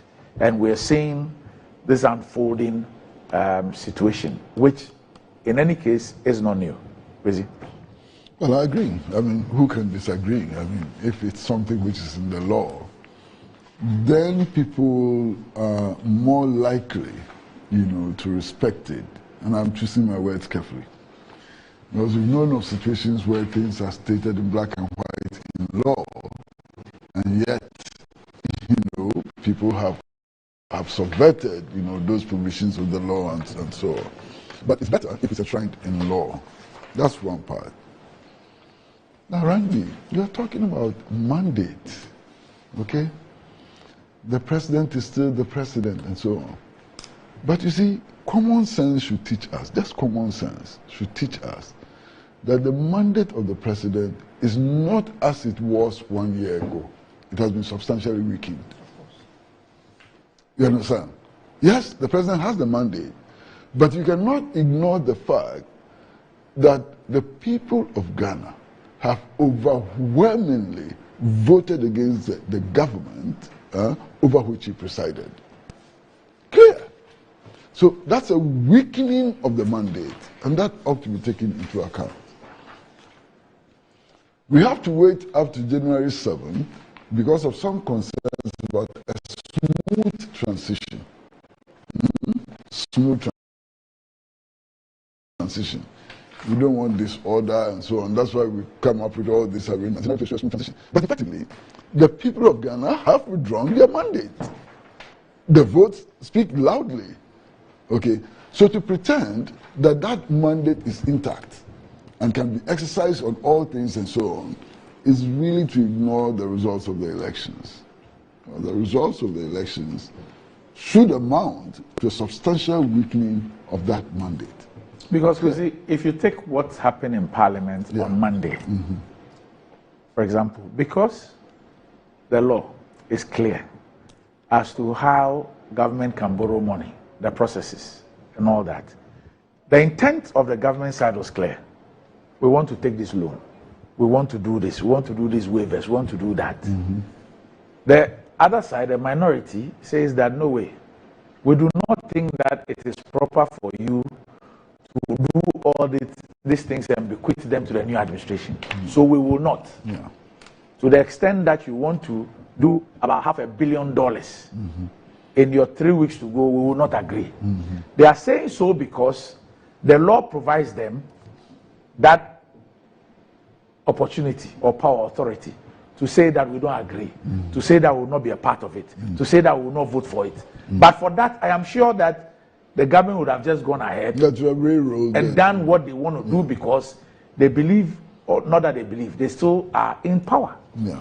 Randy, I'm saying that, look, legislation as a means of firming up transitional arrangements is in the right direction, and nobody can oppose that. Nobody who wants a law-governed transition, smooth transition, can oppose that. And I cannot oppose that. But I'm saying that in addition to that, just common sense should teach us that mandates of government are substantially reduced after they have lost elections, especially as heavily as they have lost now. But have we not demonstrated in the last 32 years that there clearly is a serious deficit with respect to the application of common sense when it comes to discretionary power? That is why I agree that legislation may be the way out. Okay, that's why I agree that legislation may be the way out. But I'm saying that for those who are insisting that while the president is still the president, to be the president until 7th January and so on, they are ignoring the reality that the president's mandate is not what it used to be 12 months ago. That mandate has been dented substantially. by the results of the elections. You understand? And I think that we've got to take account of that. Now, there are ways in which the outgoing government can create difficulties for the incoming administration, set traps, and create conditions which will make the new administration tumble. And that is not in the national interest. I recall that in 2008, 2009, Mills administration, you remember, that Fair Wages and Salaries Commission actually agreed on some things in the last minute, which became an albatross around the single spine. Yeah, single spine salary. Became an albatross around the Mills administration's neck. So you can do things now, with 1 or 2 weeks to go, you can still do things which will make the incoming administration trip. And I don't think that it is fair. It is not fair. Why would you increase the wage bill now, at a time when we are struggling to find resources to pay public sector wages? Why would you do that? Why would you pile on bills for the new administration to pay at a time when we can't find 18 million, which will lead to the release of WASI results and so on? Why would you do that? Okay, so I think that if there is sufficient goodwill, it should be common sense, for the people in government now to stop doing some of the things that they are doing, especially when in the past they took very strong positions on this matter. And I recall Mr. Osafo Mafo's statement about recruitments, during this period and so on. It was an emphatic statement. And he actually made the point that when his administration took power on the 7th of January, it would retrench those who have been engaged. Why do you do it now? Why do you do it now? Chief, yes. The solution is what you have just proposed. That's the solution. Until that, this thing will keep reoccurring. The same Felix Quattrofosu who assigned this beautiful letter. When there are videos of him justifying some of the acts that the NDC did in 2016 when they lost the election. He was justifying, just as you are saying, Dr. Osafo Mafoe, the same. Yes. I mean, Randy, this is just common sense. Obviously, if a contractor has worked 2 years ago, 1 year ago, and is receiving payment now, that is no problem. But it's a little bit absurd if you want to sign a contract for a new contractor today, that you are trying to push something to the neck of. Even the payment is problematic. No. Even the payment is if the contractor worked 2 years ago, why do you wait until 7 days when you're if he has worked? So for example, in 2016, the then president-elect side, led by Mr. Osafo Mafoe, their position was that if those payments are emergency in nature, run it by us. That was their position. Run it by us. So it's significant, but I think that is emergency in nature. Run it by us. Let us both agree that, look, this has to be done in the interest of the country. Then it's done. Don't do it on our blind side. Which is what Felix is yes. But the information minister is also saying something. Yes, I mean, Felix, the first statement issued by the president-elect side gave the impression that, look, there has been an agreement, just like 2016, that all these things will be run by the joint transition team. The president's side says, no, we didn't reach any such agreement. Now, yesterday, the president-elect side comes to say, refer to an agreement again, and say that we see you are breaching it. So we are serving notice that we will reverse all that and perhaps hold people responsible. Because for the recruitment to the security services, there was previous communication about that even before the elections. So really, I get your point. But Uncle Kwesi's point about the president's mandates being reduced. Devalued. Kwesi, whether it's devalued or not, he's still the president. His mandate ends at midnight on the 6th of January 2025. No dispute. Absolutely. So he has the right to do whatever he's doing now with the mandate that's been given to him by the Ghanaian people. It has not diminished. That power is still there, intact. Just as Mr. Mahama lost in 2016 by almost 1 million votes. But he was given appointments. Even at 24 hours, 48 hours to his exit, he was given an appointment. That was his mandate. The law allowed him to do so. I don't think anybody would have argued that his mandate had devalued. On the basis of that, he cannot give appointments. No, you argued that. No, your party argued that. When Osafo made the claim that those decisions will be reversed, what was he saying? So in order not for so this you argument, made that argument. In order not for this, that's what Randy is proposing. In order not for us to come back to this same counter argument, put it in a law. Let's enact a law to say if one loses an election, that person does not have that mandate to be doing some certain things. Put it in the law. Or during the transition period, certain things cannot be done. If that is there, then everybody is okay with it. But apart from that, Randy, we'll keep coming back to this same. But for me, I thought that the very essence of a joint transition team is, first of all, it's hinged on the smooth transfer of power. But in terms of smooth transfer of power, that is where people get to know what is in the books. People get to know what they are getting into. Yes. It is where the beginning of accountability and access to information starts. It must also be about any decision that can have an effect or impact. As far as the joint transition is being put in place, any such major decision ought to come to the knowledge. That's common sense, Randy. Yes. That should be something that we should all agree to. I mean, if Mr. Mahama is coming on the 7th, if they're going to take a major decision now that will affect the incoming government, it's just fair that you have a discussion with him or his team. So they know. I'm sure by now he has a finance team that is also projecting. They have to put together a budget, Randy. They have to put together a budget. Can you imagine now today if the president announced 30% increase in salary? Who's going to pay those salaries? Yeah. You get the point I'm making. But by extension, who's going to pay that? by extension, because it's excellency. By extension, so you're saying that the president can do that. Yes, that's the mandate. But you're saying that he can do that. Let's refresh our memories with this letter again. The 17 December 2016 letter addressed to the Chief of Staff, Office of the President, Republic of Ghana, Flagstaff House. Attention, Julius Debra. Dear Mr. Debra, decision of the co-chairs of the Presidential Transition Team to suspend the recruitment of the government statistician,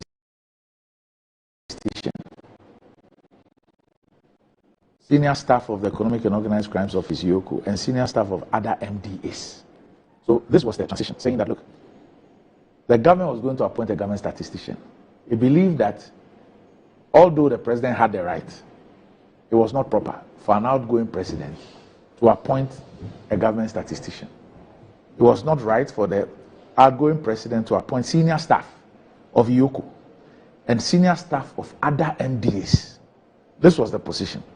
And says that the right to confirm an agreement reached on the above subject matter per our telephone conversation of December 17, 2016, which took place within the hour of 17 hours GMT as follows. 1. The current rush to recruit personnel at various MDAs appears improper and must be discontinued. It is agreed that positions such as the government statistician, senior staff personnel of YOCO are highly critical and must only be carried out with the explicit consent of the transition team of the president-elect. It is mutually agreed that the recruitment of the government statistician and senior staff of YOCO and other MDAs shall therefore be suspended by the government. Considering the short duration of the transition period, we trust that any emergencies that may arise regarding the need for recruitment shall be considered on a case-by-case basis and with the explicit consent of the transition team of the president-elect, counting on your cooperation. And what was the counter-argument by the NDC at that time? Engineer Yao Safuma, representative of the president-elect and co-chair to the transition. Good point, but what was the argument then by the then outgoing government? Yes, they agree. Yes, no, but I'm saying that. I'm saying that. So, about principles. So, if in 2016, when you had won election and you were coming into power, you believe that this is what should have happened, this is what is right. What happened to that principle? So what happened to the principle of the other party too? Yes. That's the point. So I agree with you. Yes. That the way to cure... Honorable. No. Honorable, there's a big problem. There's no problem, Uncle. There's a problem. Uncle, I'm coming. You are principal. Because somebody... Then government disagree with this position. They should continue with that position. Why are they making... why is Felix writing this letter now? Has the principle changed? And has law principle? That's the point I'm making. So I'm not for it. I think common sense should prevail. But in order for all of us to be on the same page, I agree with Randy's proposal. Put it in law so that nobody can be discretionary in times like this. That's my position on this matter. Absolutely. Right. But it makes just, it's common sense that why do you want to entangle the next government coming in with certain payment when you know it's going to cause some problem to them? I mean, this is Ghana, Randy. Okay, so Kojo Anderson in the UK says that legislating what is otherwise sound judgment and sense of good governance is admission that decency, level-headedness, sound principles of public accountability is lost on our political class. Yes, I agree. Governance does not stop once a government loses elections. But the outgoing administration is mindful of its responsibility to ensure stability in the fiscal space for the incoming administration, or to work constructively with the incoming administration to build consensus. That's what decent people do. Well, I guess that we have a problem with our decency. And so maybe we must be treated like robots. Everything legislated. Okay. Now, President-elect John Dramani Mahama has announced plans to soon inaugurate the committee responsible for his first 120-day social contract. This contract is designed to deliver key reforms and policies in the early stages of his administration. Among the key objectives are the swift nomination of cabinet ministers within the first 14 days, the establishment of a lean and efficient government by day 90, the implementation of a robust code of conduct and standards for all government officials, and the initiation of a national economic dialogue focused on fiscal consolidation. In addition, Mahama intends to scrap several levies, including the E-levy, COVID-19 levy, 10% betting levy, and emissions levy. During a courtesy call from the Apostolic Fathers, Mahama emphasized, quote, "We've carefully selected the things that we thought were achievable in 120 days, so we are going to work diligently to ensure that at the end of the 120 days, we can check each of them off. I will soon inaugurate a committee focused on achieving these goals. Under this, we have Operation Recover or Loot. We want to raise accountability to another level. It's in our constitution that we should uphold the principles of probity and accountability. So it's a constitutional obligation for us to do so." In a related development, today is the 18th of December, right? So just this morning, there's a statement from the transition team of the President-elect John Dramani Mahama, signed by Felix Kwachi Ofosu, preparatory team towards President-elect's anti-corruption drive. Preparatory team. So it says, as a preparatory measure towards the rollout of H.E. John Dramani Mahama's promise to recover proceeds of corruption and hold persons responsible for such corruption accountable when he assumes office, the team has been set up to receive and gather information from members of the public and other sources on suspected acts of corruption. The team comprises the following individuals: Chairman, Honorable Samuel Okujeto Ablakwa, the son of man. 2, Mr. Daniel Domelevo, former Auditor General. 3, COP, retired Nathan Kofi Boachi. 4, Mr. Martin Kwebu, private legal practitioner. And 5, Mr. Raymond Acha, investigative journalist. Anti-corruption with Operation Recover or Loot Oral as a major plank formed a core part of H.E. John Mahama's policy platform in the 2024 campaign and intends to hit the ground running on these commitments.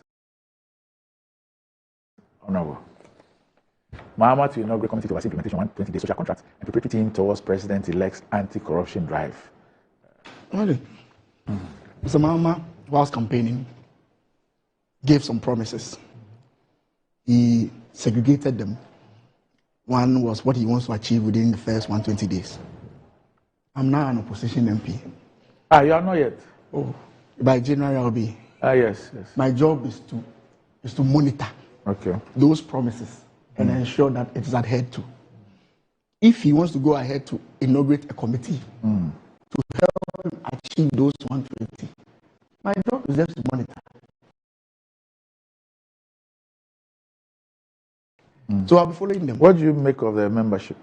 No, those one, that first membership will come up. Yes. But my job is just to monitor and then be giving update to the Ghanaian people, just as they were doing to us when we were in power. So that's no problem at all. He's promised, he's put up a committee to ensure that he meets those promises. If he's able to meet them, the Ghanaian people will be happy. If he's unable to meet, I will speak about it. I will say that he has failed on those promises. No problem. Now he goes on to an anti-corruption drive, and that he has set up a committee to receive information, complaints. I just hope that this group of people will receive the complaint and forward to the appropriate quarters for investigations and, if possible, prosecution. Randy, as I sit here, I don't have a problem with any corruption drive, Randy, because I'm clean. I don't have any problem. I don't care whether there's a committee to investigate corruption or not. I'm just hoping that they'll do their work well, and those who will be called upon to answer questions will do so with the Ghanaian at heart. I don't have a problem. The composition is what is interesting. Very interesting. I see Martin Pebu. Yes. Mr. Martin Pebu. Okay, no problem. Things are unraveling, Randy. Things are unraveling. Very, very interesting. Mr. Martin Pebu is part of the team now. Yes. Appointed by HE John Dramani Mahama. Yes. To collect facts about corruption. Yeah, it's a citizen vigilante. Oh, no problem, Randy. No problem. He has Okujetua Blakwa. That's what he's been doing all this while. Yes. Always stampeding on documents. Yes. Now he's in power. So I'm sure the document will be available to him. Yes. No problem. All those who will be found culpable or all those who will be mentioned, I'm sure they'll be ready and avail themselves to any kind of questioning, if need be. Mr. Domelevo, former Auditor General, I mean, I have no doubt about him. I mean, when he was Auditor General, he did well. He had issues with the government, but I think generally, the government had issues with him. Generally, he performed well. He's been an anti-corruption crusader for a very long time. I've listened to him a couple of times. Kofi Boachi, we all know as a former Commissioner of Police. If now he wants to go deep into political activism, that's fine. We don't have any problem. But what is political activism about this? This is national service. This one? It's national service. They say they are. Mr. Martin Pebu is involved in national service. Yes. Why is he disqualified? Oh no. Oh, everything. He's not disqualified. I'm saying that things are happening. I understand. No problem. So the Constitution says we should uphold the principles of probity and accountability. Fantastic. What does the Honourable Member of Parliament understand? Mr. Martin Pebu is a member of this committee. Yes. And then you say things are unraveling. Now you understand. What do you understand? Don't worry, Aunt Kwesi. Yeah, I'm worried. Don't be. Why? Don't be. Because you are speaking in parables. No, now. no, it's no parable. I want you to speak in I like the oral. Operation Recover All Loot. Yes. Randy, let's hear it. It's a medication that you will take orally. Randy, let's hear it go, Randy. For me, I am all for accountability. If the Ghanaian people give you a mandate to superintend over the assets and you use it contrary to their will, I don't have any problem if you are called upon to explain why you use it differently. I am of the view that people within this government will be ready to answer questions if they are called upon, and everybody should be ready to do so. I like this picture of Mr. Domelevo. I like the picture. Yes, everybody should be ready to avail him or herself to accountability processes. It's fundamental to our democracy. You see, Mr. Domelevo? Yes.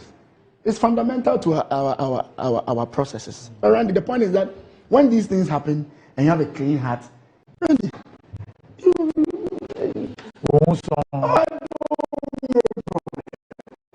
don't have any problem. We don't have any problem. But Randy, I can assure the committee that if any... Will you provide them some information? Personally, I don't have any information to provide. Since you went to your ministry, you haven't... Oh, no, I don't have anything. As a patriotic citizen, you've not seen anything that you can help them with. If they invite me to... If they find something about me and they invite me, Randy, I'll be there. But I doubt if they will call me. Randy. You seen Remo Ache's picture too? Oh. You see his face? With a beard. It's been a while ahead of him. He was quite popular on our set. The last time you saw him was when his printing press was demolished. sometimes. I mean, but Randy, I don't have any problem with the president trying to start something based on the promises he made to Ghanaians. Let's see how it goes. All right. I think that there are two things that we have to hold in a balance. Okay. One is the adherence to the principles of accountability and transparency and so on, which is valid. Two is abhorrence of any witch hunting. Yes. So these are two things that we have to hold in a balance. Okay. And if you're able to do that, that's fair. Okay. And nobody can have anything against that. Prosecute, don't persecute. Exactly. That's a good word. I am happy that the president is adopting this method. Because I'm on record to have said that, look, this should not engage his attention, at least his maximum attention. I've said that the important thing he ought to... Yes, and I've said that, I mean, when I gave the Mills Memorial lectures, I said the same thing. Now, what is important now is to demonstrate that the hardships facing our people, somehow will be reduced or eradicated. And that these things, important as they are not the things which would endear the government to the population. Right now, they look popular and so on. Okay. But at that time, I was not thinking about this method. Okay. I was thinking about the regular means of prosecution. Okay. And I knew that was going to be an uphill task. First of all, there are all kinds of questions about some in the judiciary. Not everybody, but some in the judiciary. And if you're going to prosecute, your case will have to go before the judiciary. Now, if there's a judiciary in which the public doesn't have that much confidence and so on, that's a problem. Okay. Then there's also the question that these things tend to be very expensive. Very, very expensive for the state and for those who are investigated and prosecuted. And especially if you have people who are well endowed, prosecuting them is not easy. And I can cite many cases. Now, in a situation where people need immediate results, you are not going to spend all the 4 years prosecuting people and so on. The people get angry. And the examples from the Kufuor era to the Mills era to now and so on. But this method the president-elect has adopted, I think, circumvents most of those difficulties. There's a 5-member team, and all of them are very, very well known. You understand? And Okudajua Blackwell has been leading this crusade for how many years now? So he's very well known, has a track record, and so on. Fine. Then Melevo is one of the most respected auditor generals of our time. Fine, no problem. COP retired Nathaniel Kofi-Boakye is a very senior police officer who could have become Inspector General of Police, who is supposed to have some expertise in investigating things and so on. Martin Pebo, that you don't appear to be very comfortable with, and I don't know why. He's a legal practitioner and has scored many victories. Oh no, I didn't say I'm not comfortable with him. But what do you mean when you say things are beginning to unravel? I don't have any problem. What is it that is being unraveled? Really, I don't have any problem with him. I've met him once on a panel, I think on UTV. Once. I watch him and listen to him. I don't agree with most of the things he says, but that's his right to speak. And that is Raymond Achanson. If they do a good job, it will be for the benefit of the country. So I have no difficulty with this approach. I think that this approach more or less circumvents the bureaucratic administrative things which can become very expensive and so on. And we wait to see. Okay, all right. We'll see about that. But have you guys heard of a petition for the removal of the Chief Justice? Here is it. trying to read it. You know, I've read. It's a long petition, Randy. So it's a very, very long petition of 14 pages. Yes, I'm told that. Of it. It's a petition. But yesterday I listened to it on one of the networks. Okay. It was read on one of the networks. I read it, and it's very, very detailed. Honorable, it's a very detailed petition. Okay. Extremely detailed petition. Ready? And raises very crucial matters of law and constitution. And legal morality and so on, all kinds of issues. I don't have a problem with the petition.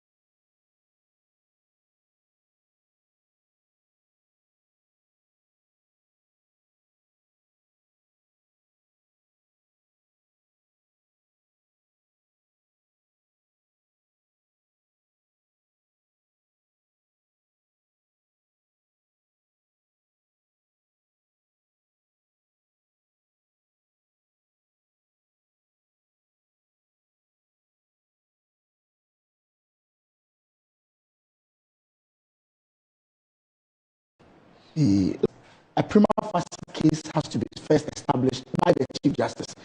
In the case of the Chief Justice herself, in this case, the President has no option but to set up a committee headed by or chaired by one of the Supreme Court Justice and two other people to look at it. Three. To look at it. This is done in consultation with the Council of State. Once this is done, the recommendation is then brought back to the President. At that point, the President will act on the recommendation. So let's see how it goes. So let me tell you, yes, the difficulties I see. Here we are insisting that the outgoing administration should not exercise its right to appoint and make certain decisions. Okay. But at the same time, there's a petition before the President which involves or may lead to the removal of the Chief Justice. A certain contradiction there. Clear. How is that, Ankwesi? The President either has power to appoint or disappoint, or he doesn't. You understand what I'm saying? So if we insist that the President, because of the time left for his administration to come to an end, cannot appoint and disappoint, it should apply to everybody. You still don't get what I'm saying? I don't, because in this case, because of the... Okay, sorry, I'm finished. So that's a fundamental problem we have to resolve. Yes, but in this particular case... Oh, sorry, Ankwesi, sorry. Yeah, okay, you go. In this particular case, my reading of the Constitution gives very little discretion to the President. maybe the lawyers can advise. But it's a process of removal from office. But I'm saying that need to remove in this particular instance, once the president receives the petition, the constitution is clear as to what the president should do next. Agreed. Yes. I'm not. Yes. In all instances, the procedure is clear. But the only reason why we are hesitant or worried about the president exercising that power is the fact that the time left for his administration is rather short, and that his actions may inconvenience the incoming administration, and also that his mandate is not as solid as it may have been 1 year ago. His actions of appointing a committee, no, I don't think his actions of appointing a committee will inconvenience the incoming government. How is that different from appointing the CEO of Cocoa Board? It's different. Dismissing the CEO of Cocoa Board. It's different. Okay, you think it's different? Yes, it's different. Fine. In this case, the petition, the procedure, as I've read it, and I'm saying I'm not a lawyer, maybe the lawyers can advise, is that immediately the president receives the petition, he is mandated. Master, the appointment of chief executive of the Cocoa Board is also enshrined in law. There's a process enshrined in law. Yes. As in all cases. Yes. Okay. So if he cannot appoint or disappoint the chief executive of the Cocoa Board, given all the factors we have stated, it should apply to the chief justice too. But in this case, the president is not removing the chief justice. It may lead to. But in this case, it's not the president who is exercising his power, because he does not even have that power. Yes. He doesn't. Ultimately, the report goes back to the But president. the report that goes back to him, my reading of the Constitution says that he has to abide by the recommendation of the committee. Whatever, but he doesn't have a discretion. The act of removal is done by him. So just let me finish. Okay, all right. Okay. So as you finish, the news we're picking up from the Supreme Court, today is the date that the Supreme Court gave for their decision. LGBT. Yeah. So we're just picking up information that Richard Sky's suit has been dismissed. Oh, okay. Yes. Okay. So they're still ongoing, but at this stage, so what does it mean? It then paves way. The president ought to sign. They have to. I think there was another one. They consolidated them. There was the one also by the lady. So they actually there. Okay. But what is happening now is that Richard Sky's suit, we're told, has been dismissed by the Supreme. Okay. And Richard Sky's issue was that. What was Richard Sky's issue? That the president. He had issues with the what was going on in the court. I'll get the facts of his case and then I'll let you know. Okay. Okay, Kwesi. So the other problem is that you have virtually 2 weeks for the president to leave office. So if the president acts on the basis of the constitutional injunction and set up this committee, it may take a week, it may take 2 weeks, because he actually needs to do that in consultation with the Council of State and so on. So it may take a week. Let's say that it takes a week. The committee then has to give the Chief Justice all the opportunities to defend herself. It has to call evidence and so on. Absolutely. My suspicion is that those proceedings cannot come to an end within a week. Obviously. So then, the incoming president is the one who would inherit this process and will have to take the decision of the Chief Justice. Is that true? Based on the recommendations. Based on the recommendations from the committee. Exactly. Yes. So that's one of the things that we have to understand. The second issue for me is that this is an interesting matter. Who sits on this committee? The president can choose any two of Supreme Court judges to sit on this matter. And currently, all the Supreme Court judges, as we speak, were appointed by President Akufo-Addo. No. All? Not all. Which one was it? Puama was not appointed by Akufo-Addo. Okay, he's still there. Justice Bafuboni was not appointed by Akufo-Addo and so on. Okay. Yeah. But then, it's the president who has to choose. Who has to choose? These two. These two, yes. And even decide who becomes the chair. Yes. Yes. And it's the same president who has to choose the three other persons who shouldn't be judges, shouldn't be lawyers, shouldn't be parliamentarians, and so on. Shouldn't be members of the Council of State. Yes. Ordinary people. Yeah. Fine. Who qualifies for the three? That would include you. Yes. No. I'm a member of Parliament. Ah, yeah. So you're I'm disqualified. I'm disqualified. But it would include somebody like John Boyd. If the president so wishes. It will also include somebody like you. No, please don't bring me inside. Why are you bringing me inside? Why are you bringing Uncle John Boyd inside? No, but he's qualified. But he also qualified by the dictate of the Constitution. You also qualified. Have you ever seen me occupying such a position before in your life? But have you ever seen John Boyd occupying the position of a committee to remove a chief justice before?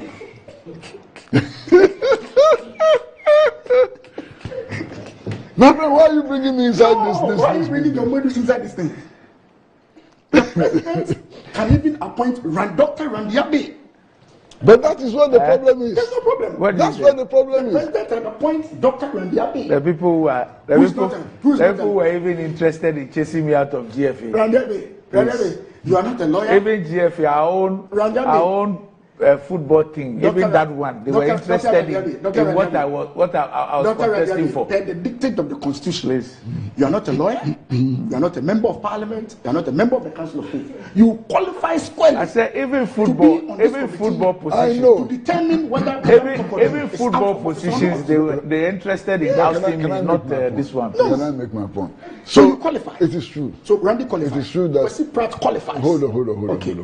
Why would Nana Dankwa Akufo-Addo put this burden on the head of a But poor you qualify. Man? But hold on. But why do you want Nana to put that burden on John Boyd?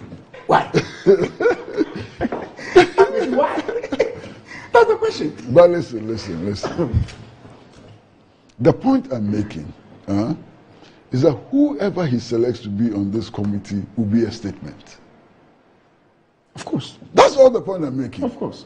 Okay? And that's why I have loved for the president to put Ankwesi on the committee. No, he won't. That's a huge statement. No, he wouldn't. That will be a huge statement. No. I'm telling you, Ankwesi. No. Why do you think the president will not? Why? Because I know the president. Oh, and I also know the president. He will not put John Boyd there. I know the president. Okay. Yes. I know the president. He will not put John Boyd there. Don't worry. Let's wait for the president to see who he's going to put there.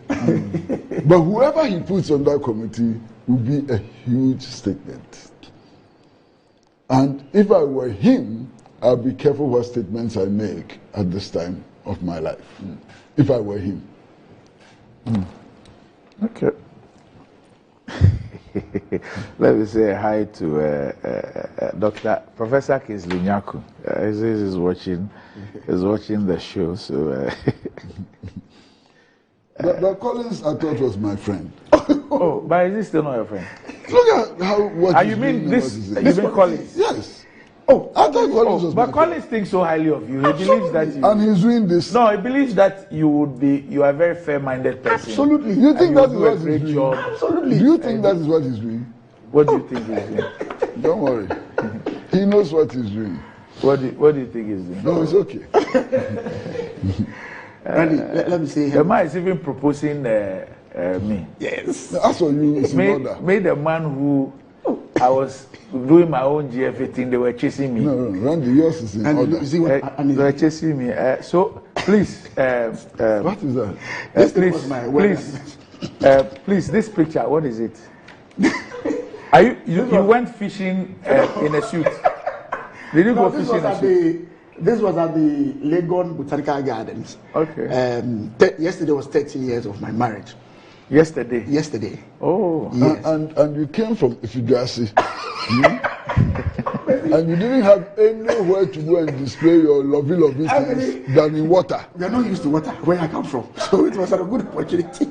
Your lovely it was a good opportunity for you to get closer to the water. You could have drowned. So this was 13 years ago. 13 years ago, yes. Greetings to my wife. She's been very supportive. Now you're a fine boy. Oh, Randy, you're a fine boy.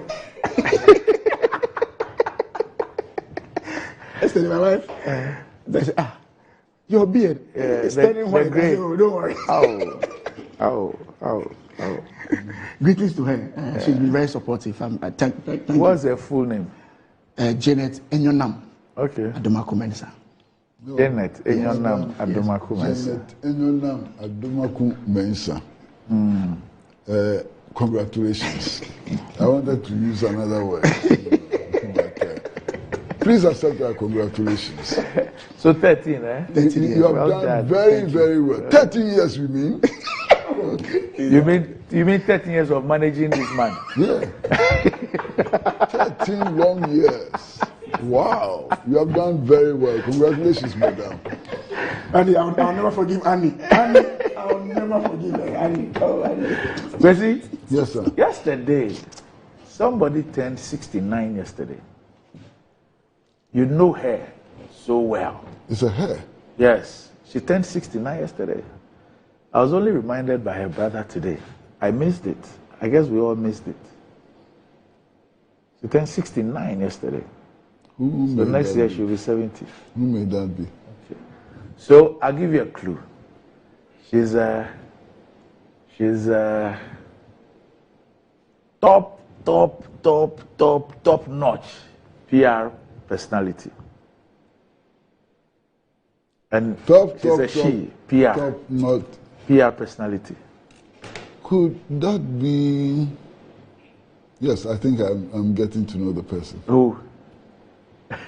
Who? Yes. I think you're. I also think that you're getting who? Yes. I think it's related to Mr. Tatuchikata. Right. So, Madam Estakova. Estakova. Yes. Yes. She turned 69 yesterday. No, I thought she was in my age category.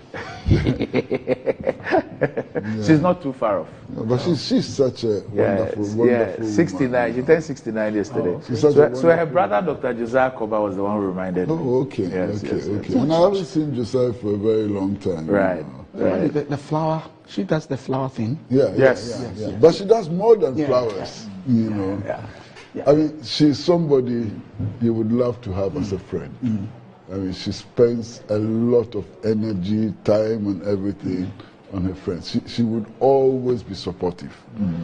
And she supports many worthy causes and so on. She's an extraordinary woman. You know, this is So Esther Koba at 69. No, I didn't know she was my younger sister. You know. When you get into a house, the first thing you see are the flowers. First thing you see, the flowers. Anyway, so happy belated birthday to you. So you were asking about what the Richard Sky issue was about. He was asking the Supreme Court to declare the anti-LGBTQ plus bill null and void. That was his prayer to the court. We're told that.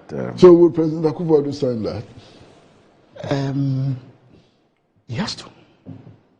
Because the argument from his quarters was that because it was in court, that was why he was. Once the court clears it, it means it has been properly delivered to his office. I'm not sure he has a discretion at that point. Even if he has to then write the reasons why he thinks there should be some amendments. So he has a discretion. He has a discretion at that point to bring it back, even I think to Parliament and all that. Yes, but once it's been cleared from the court and he's received. They give us a reason. That he's been informed about a case in court. Yes. That's a season disease. That's what he told us. Yes. So if the But case there are in other court, reasons. which other reasons? His finance minister at the time, or somebody from the finance ministry, made the point that we could suffer sanctions, we could not get the loans, the IMF. No, but that was in the president's letter. Yes. The president indicated but there were other that reasons. there's a legal challenge. If the legal challenge is off, what will be the president's excuse? Yes. The IMF. Which IMF? As IMF told you not to sign anything. The Western ambassadors were breathing down our necks. Please. Donald Trump is president-elect. They should let us think. That destroys their case completely. Yes. They do now. So the former chairman of your party is congratulating you and your wife, Mr. Paul Afoko. Oh, yes. okay. He's also saying a happy belated birthday to Madam Esther. Yeah, what happens to people like that? And Sammy Crab and Sammy I saw was involved in this campaign. Yes. So they're likely to... As for Mr. Paul Afoko, he's thinking of the injustice that the human rights violation of his brother, Gregory Afoko. I mean, what we've done to that man? Sammy Crab I saw. You know, everybody seems to have forgotten about the Gregory Afoko situation. Yeah. Is he still in jail? Such a human right? Yes. Yeah. It's still in there. It's still in there. Blatant It's still in abuse there. I thought that these things only happen in military regimes. It's still in there. You know. So we'll see how it goes anyway. Power.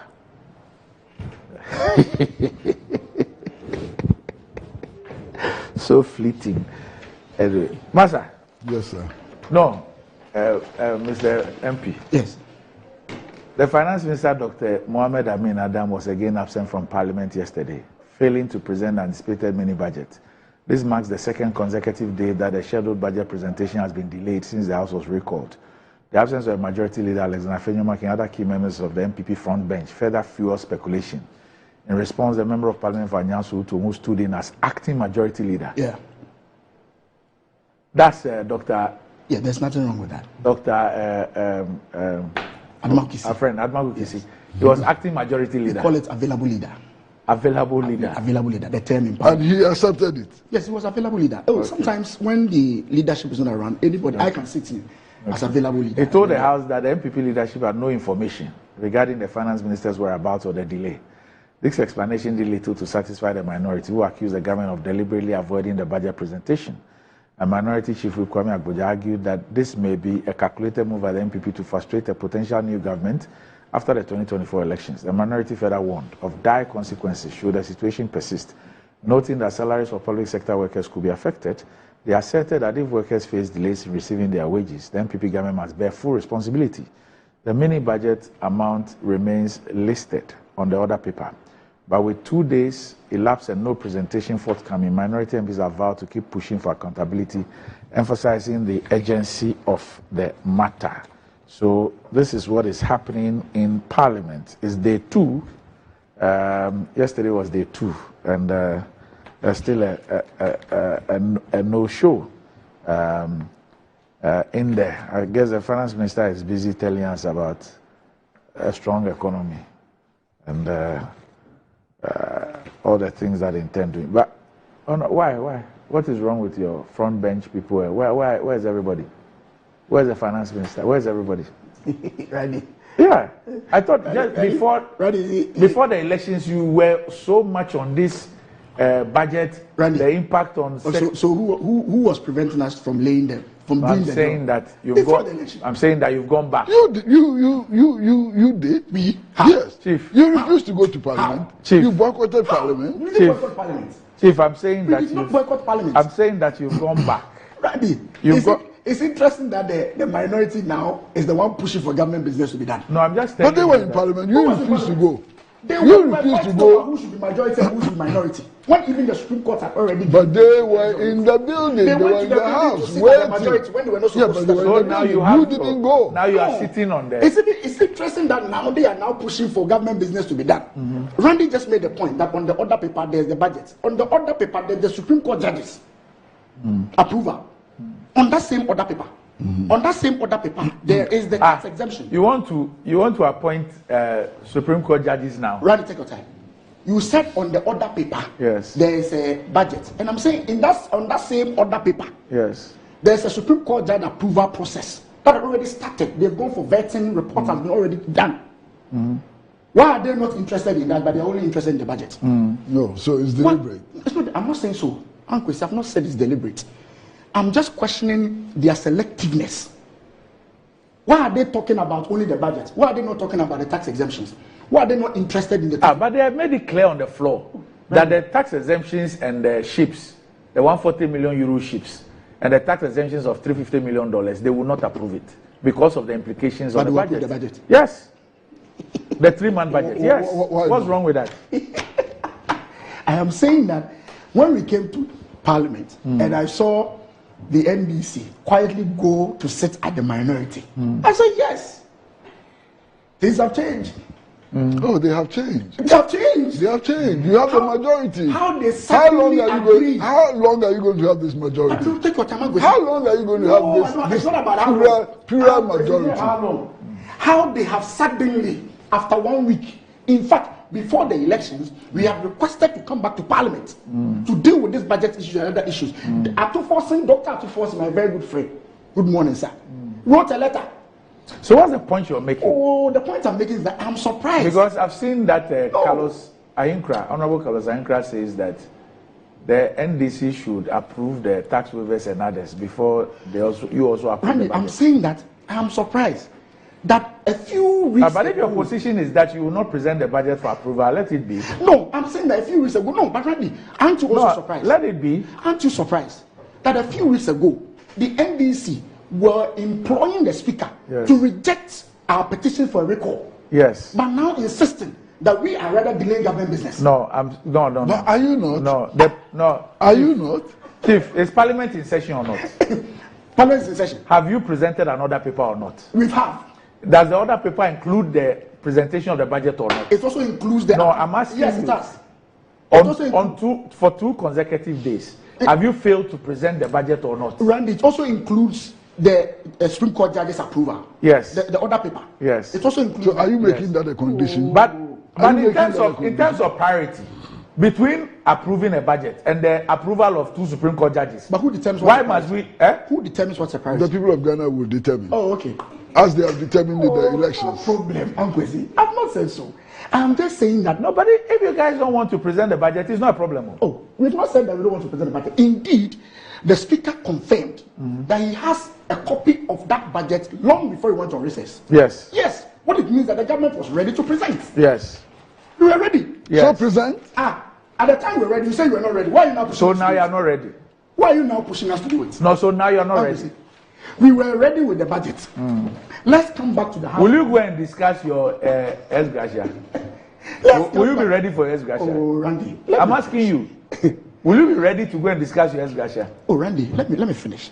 We were ready with the budget. The speaker confirmed yesterday that he has a copy of it. Will you be ready to go and present At the time, we requested that let's come back. We will come and deal with this thing. Wait, the people of Ghana will come and prevent all of you from going to approve that ex-gratia. If this is how you behave. No, Randy, take your time. I'm saying that. You all go home with Capre. Why are you blaming us?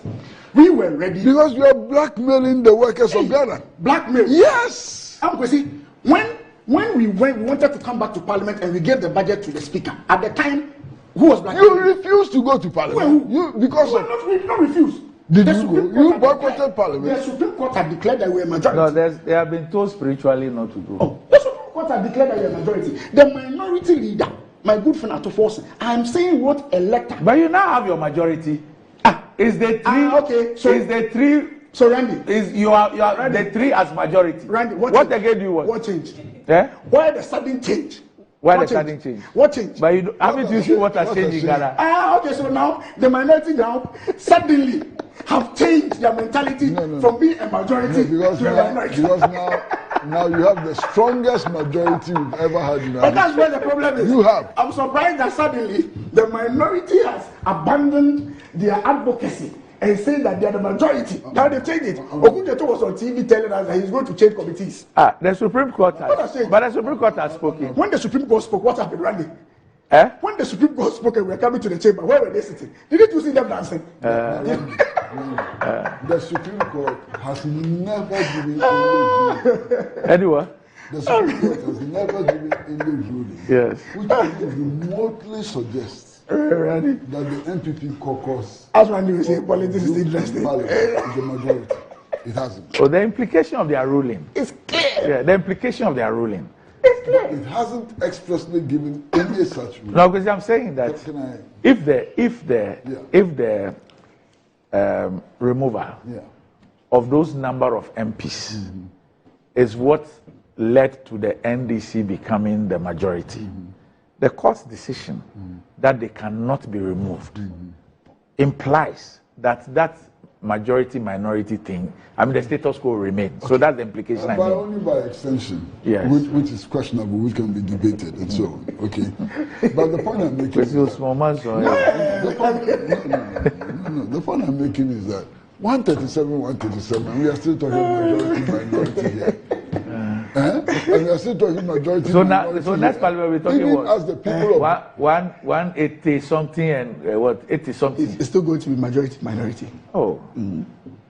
It's still going to majority minority. It reminds me of one of the towns that Honorable Jaku mentioned on the floor of the house. Bibi Mobile. It's too early in the morning. Hey, Honorable Jaku, where is he? He's around. He Jaku. He campaigned. I saw him. Oh, okay. He toured almost every constituency. What did he campaign for? He campaigned for the party, the MPP party. Okay. And I saw he toured. But the party had candidates. The party had campaign. Yeah, I mean, he was campaign. When it comes to your constituency, he campaigns for the candidates. Yeah, but I'm just wondering, given his position on the candidature of the party, how could he have campaigned for the candidate? But he's always been a party person. So party person means that you should go and do things. No, I want to help the party. Was Joshua Alabi not the campaign manager for Mr. Mahama? For the second time. He didn't say the things that were said, by your people who jumped onto the campaign trail. The former finance minister. He did not campaign for Mr. Mahama. Who's that? The former finance minister, the one who contested Mr. Mahama during the primaries. Excellency Mahama during the primaries. Which finance minister? Kamna Dufo. Did he not? Oh. That's what that was. I think that persons who operate in the public space ought to demonstrate some measure of consistency. So you want to appoint 2 Supreme Court judges? We don't want to appoint 2. The president brought a nomination. The people have gone through vetting. Hey. The vetting took place in the full glare of the public, both minority and majority. In the transition, you wait. Randy, wait. I'm coming. See, the point I'm making is that this thing, the waivers have also gone through committees, haven't they? Yes. So if the waivers won't go, everything should. We just wait. So I know why. Wait, just go and give the public sector workers their thing. And as for the rest, you see, the rest, wait. Fantastic. But what I'm saying is that nobody should pitch us against the Ghanaian people and say that you are preaching yourself. No, and say that the MPP is against the Ghanaian people getting their salary. That's not true. We were ready to present the budget as far back as even before the election. The speaker himself confirmed that he has a copy of the document. Okay. Why were we being presented from campaign? So the other way, who it says, let it be established that the majority caucus as of now has never decided not to lay documents in the House. And he says that on why he would not want to present the document himself.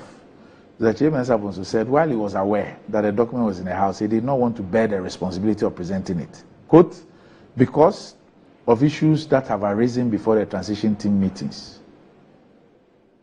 Yes. Certain things have happened that may necessitate some changes in the budget presentation. The fiscals. There's nothing wrong with that. So I don't have any problem. But I'm saying that nobody should try to say that the MPP government, our side... Is the minister still in Karaga or is in Accra? Oh, he was at the yesterday, Atoforsen confirmed. Okay. That he was at the transition meeting. Okay. Yes, Dr. Atoforsen confirmed when he came into the House, he had come from the transition meeting and had indicated that yes, he was there with... As he was prioritizing the transition over the presentation on the floor. That I can't tell. Okay. I can't tell. All right. Anyway, so we'll leave it here. So happy 13th anniversary. Thank you. And happy Efremu. Are you going to celebrate your anniversary on water again? So if you had lost, what would have happened to your anniversary? Oh, I didn't lose.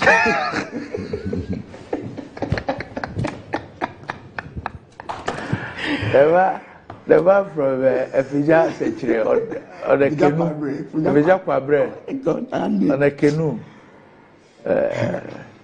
It was going fishing in a suit. Annie. Sister Janet. Money, yo. What bread? Well, I'm next Metro Sport. No. Wait. I was going to give you an anniversary present. And they're a collection of videos. So your original chairman, apparently he prays in Hebrew. And then it's 10:20. Yes, and then your Ashanti Regional Communications Officer, He also said some things. He spoke about a certain song, you know, and the implications of that song. So I'd want to give you. Which one is the Sisyphean or what? No, now they've shifted from Sisyphean. They've seen that the Sisyphean is dangerous. So they've gone to.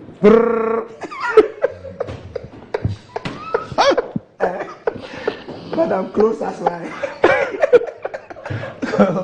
Please let's give Honorable those videos and then we'll join the sports team.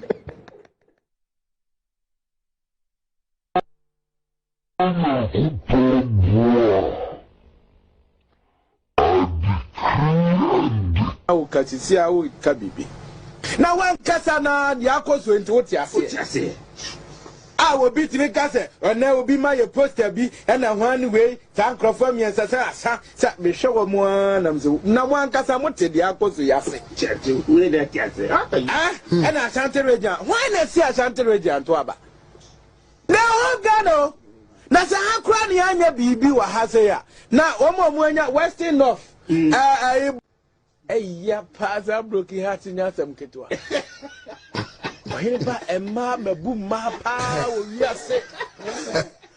Bessie Waheba Mabu Ma, we are so. If you are walk or penal, no one catch that with a bra, me crown we and Tina, but say, na and you will pent the won't another bra, sister on Pemiana. So, my bro. Poyando. And my breath, papa, because of your broken heart. No, himba, the aya will mukwane say, Ubeso TV, and now Beso was up Nuko, but a Name Yawu. Don't Mahama, Rade Buanipa, now what Buanipa. Don't Mahama, I need us, I need a Nipo, I need us. What is the TV answer?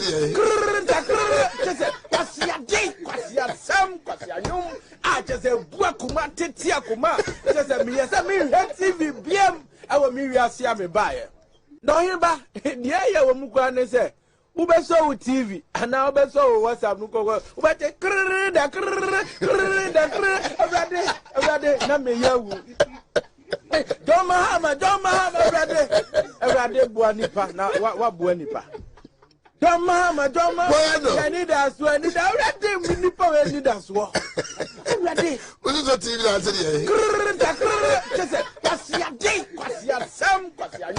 I just a Buakuma, Titia Kuma, just a me as a me TV BM, our Miria Siame buyer.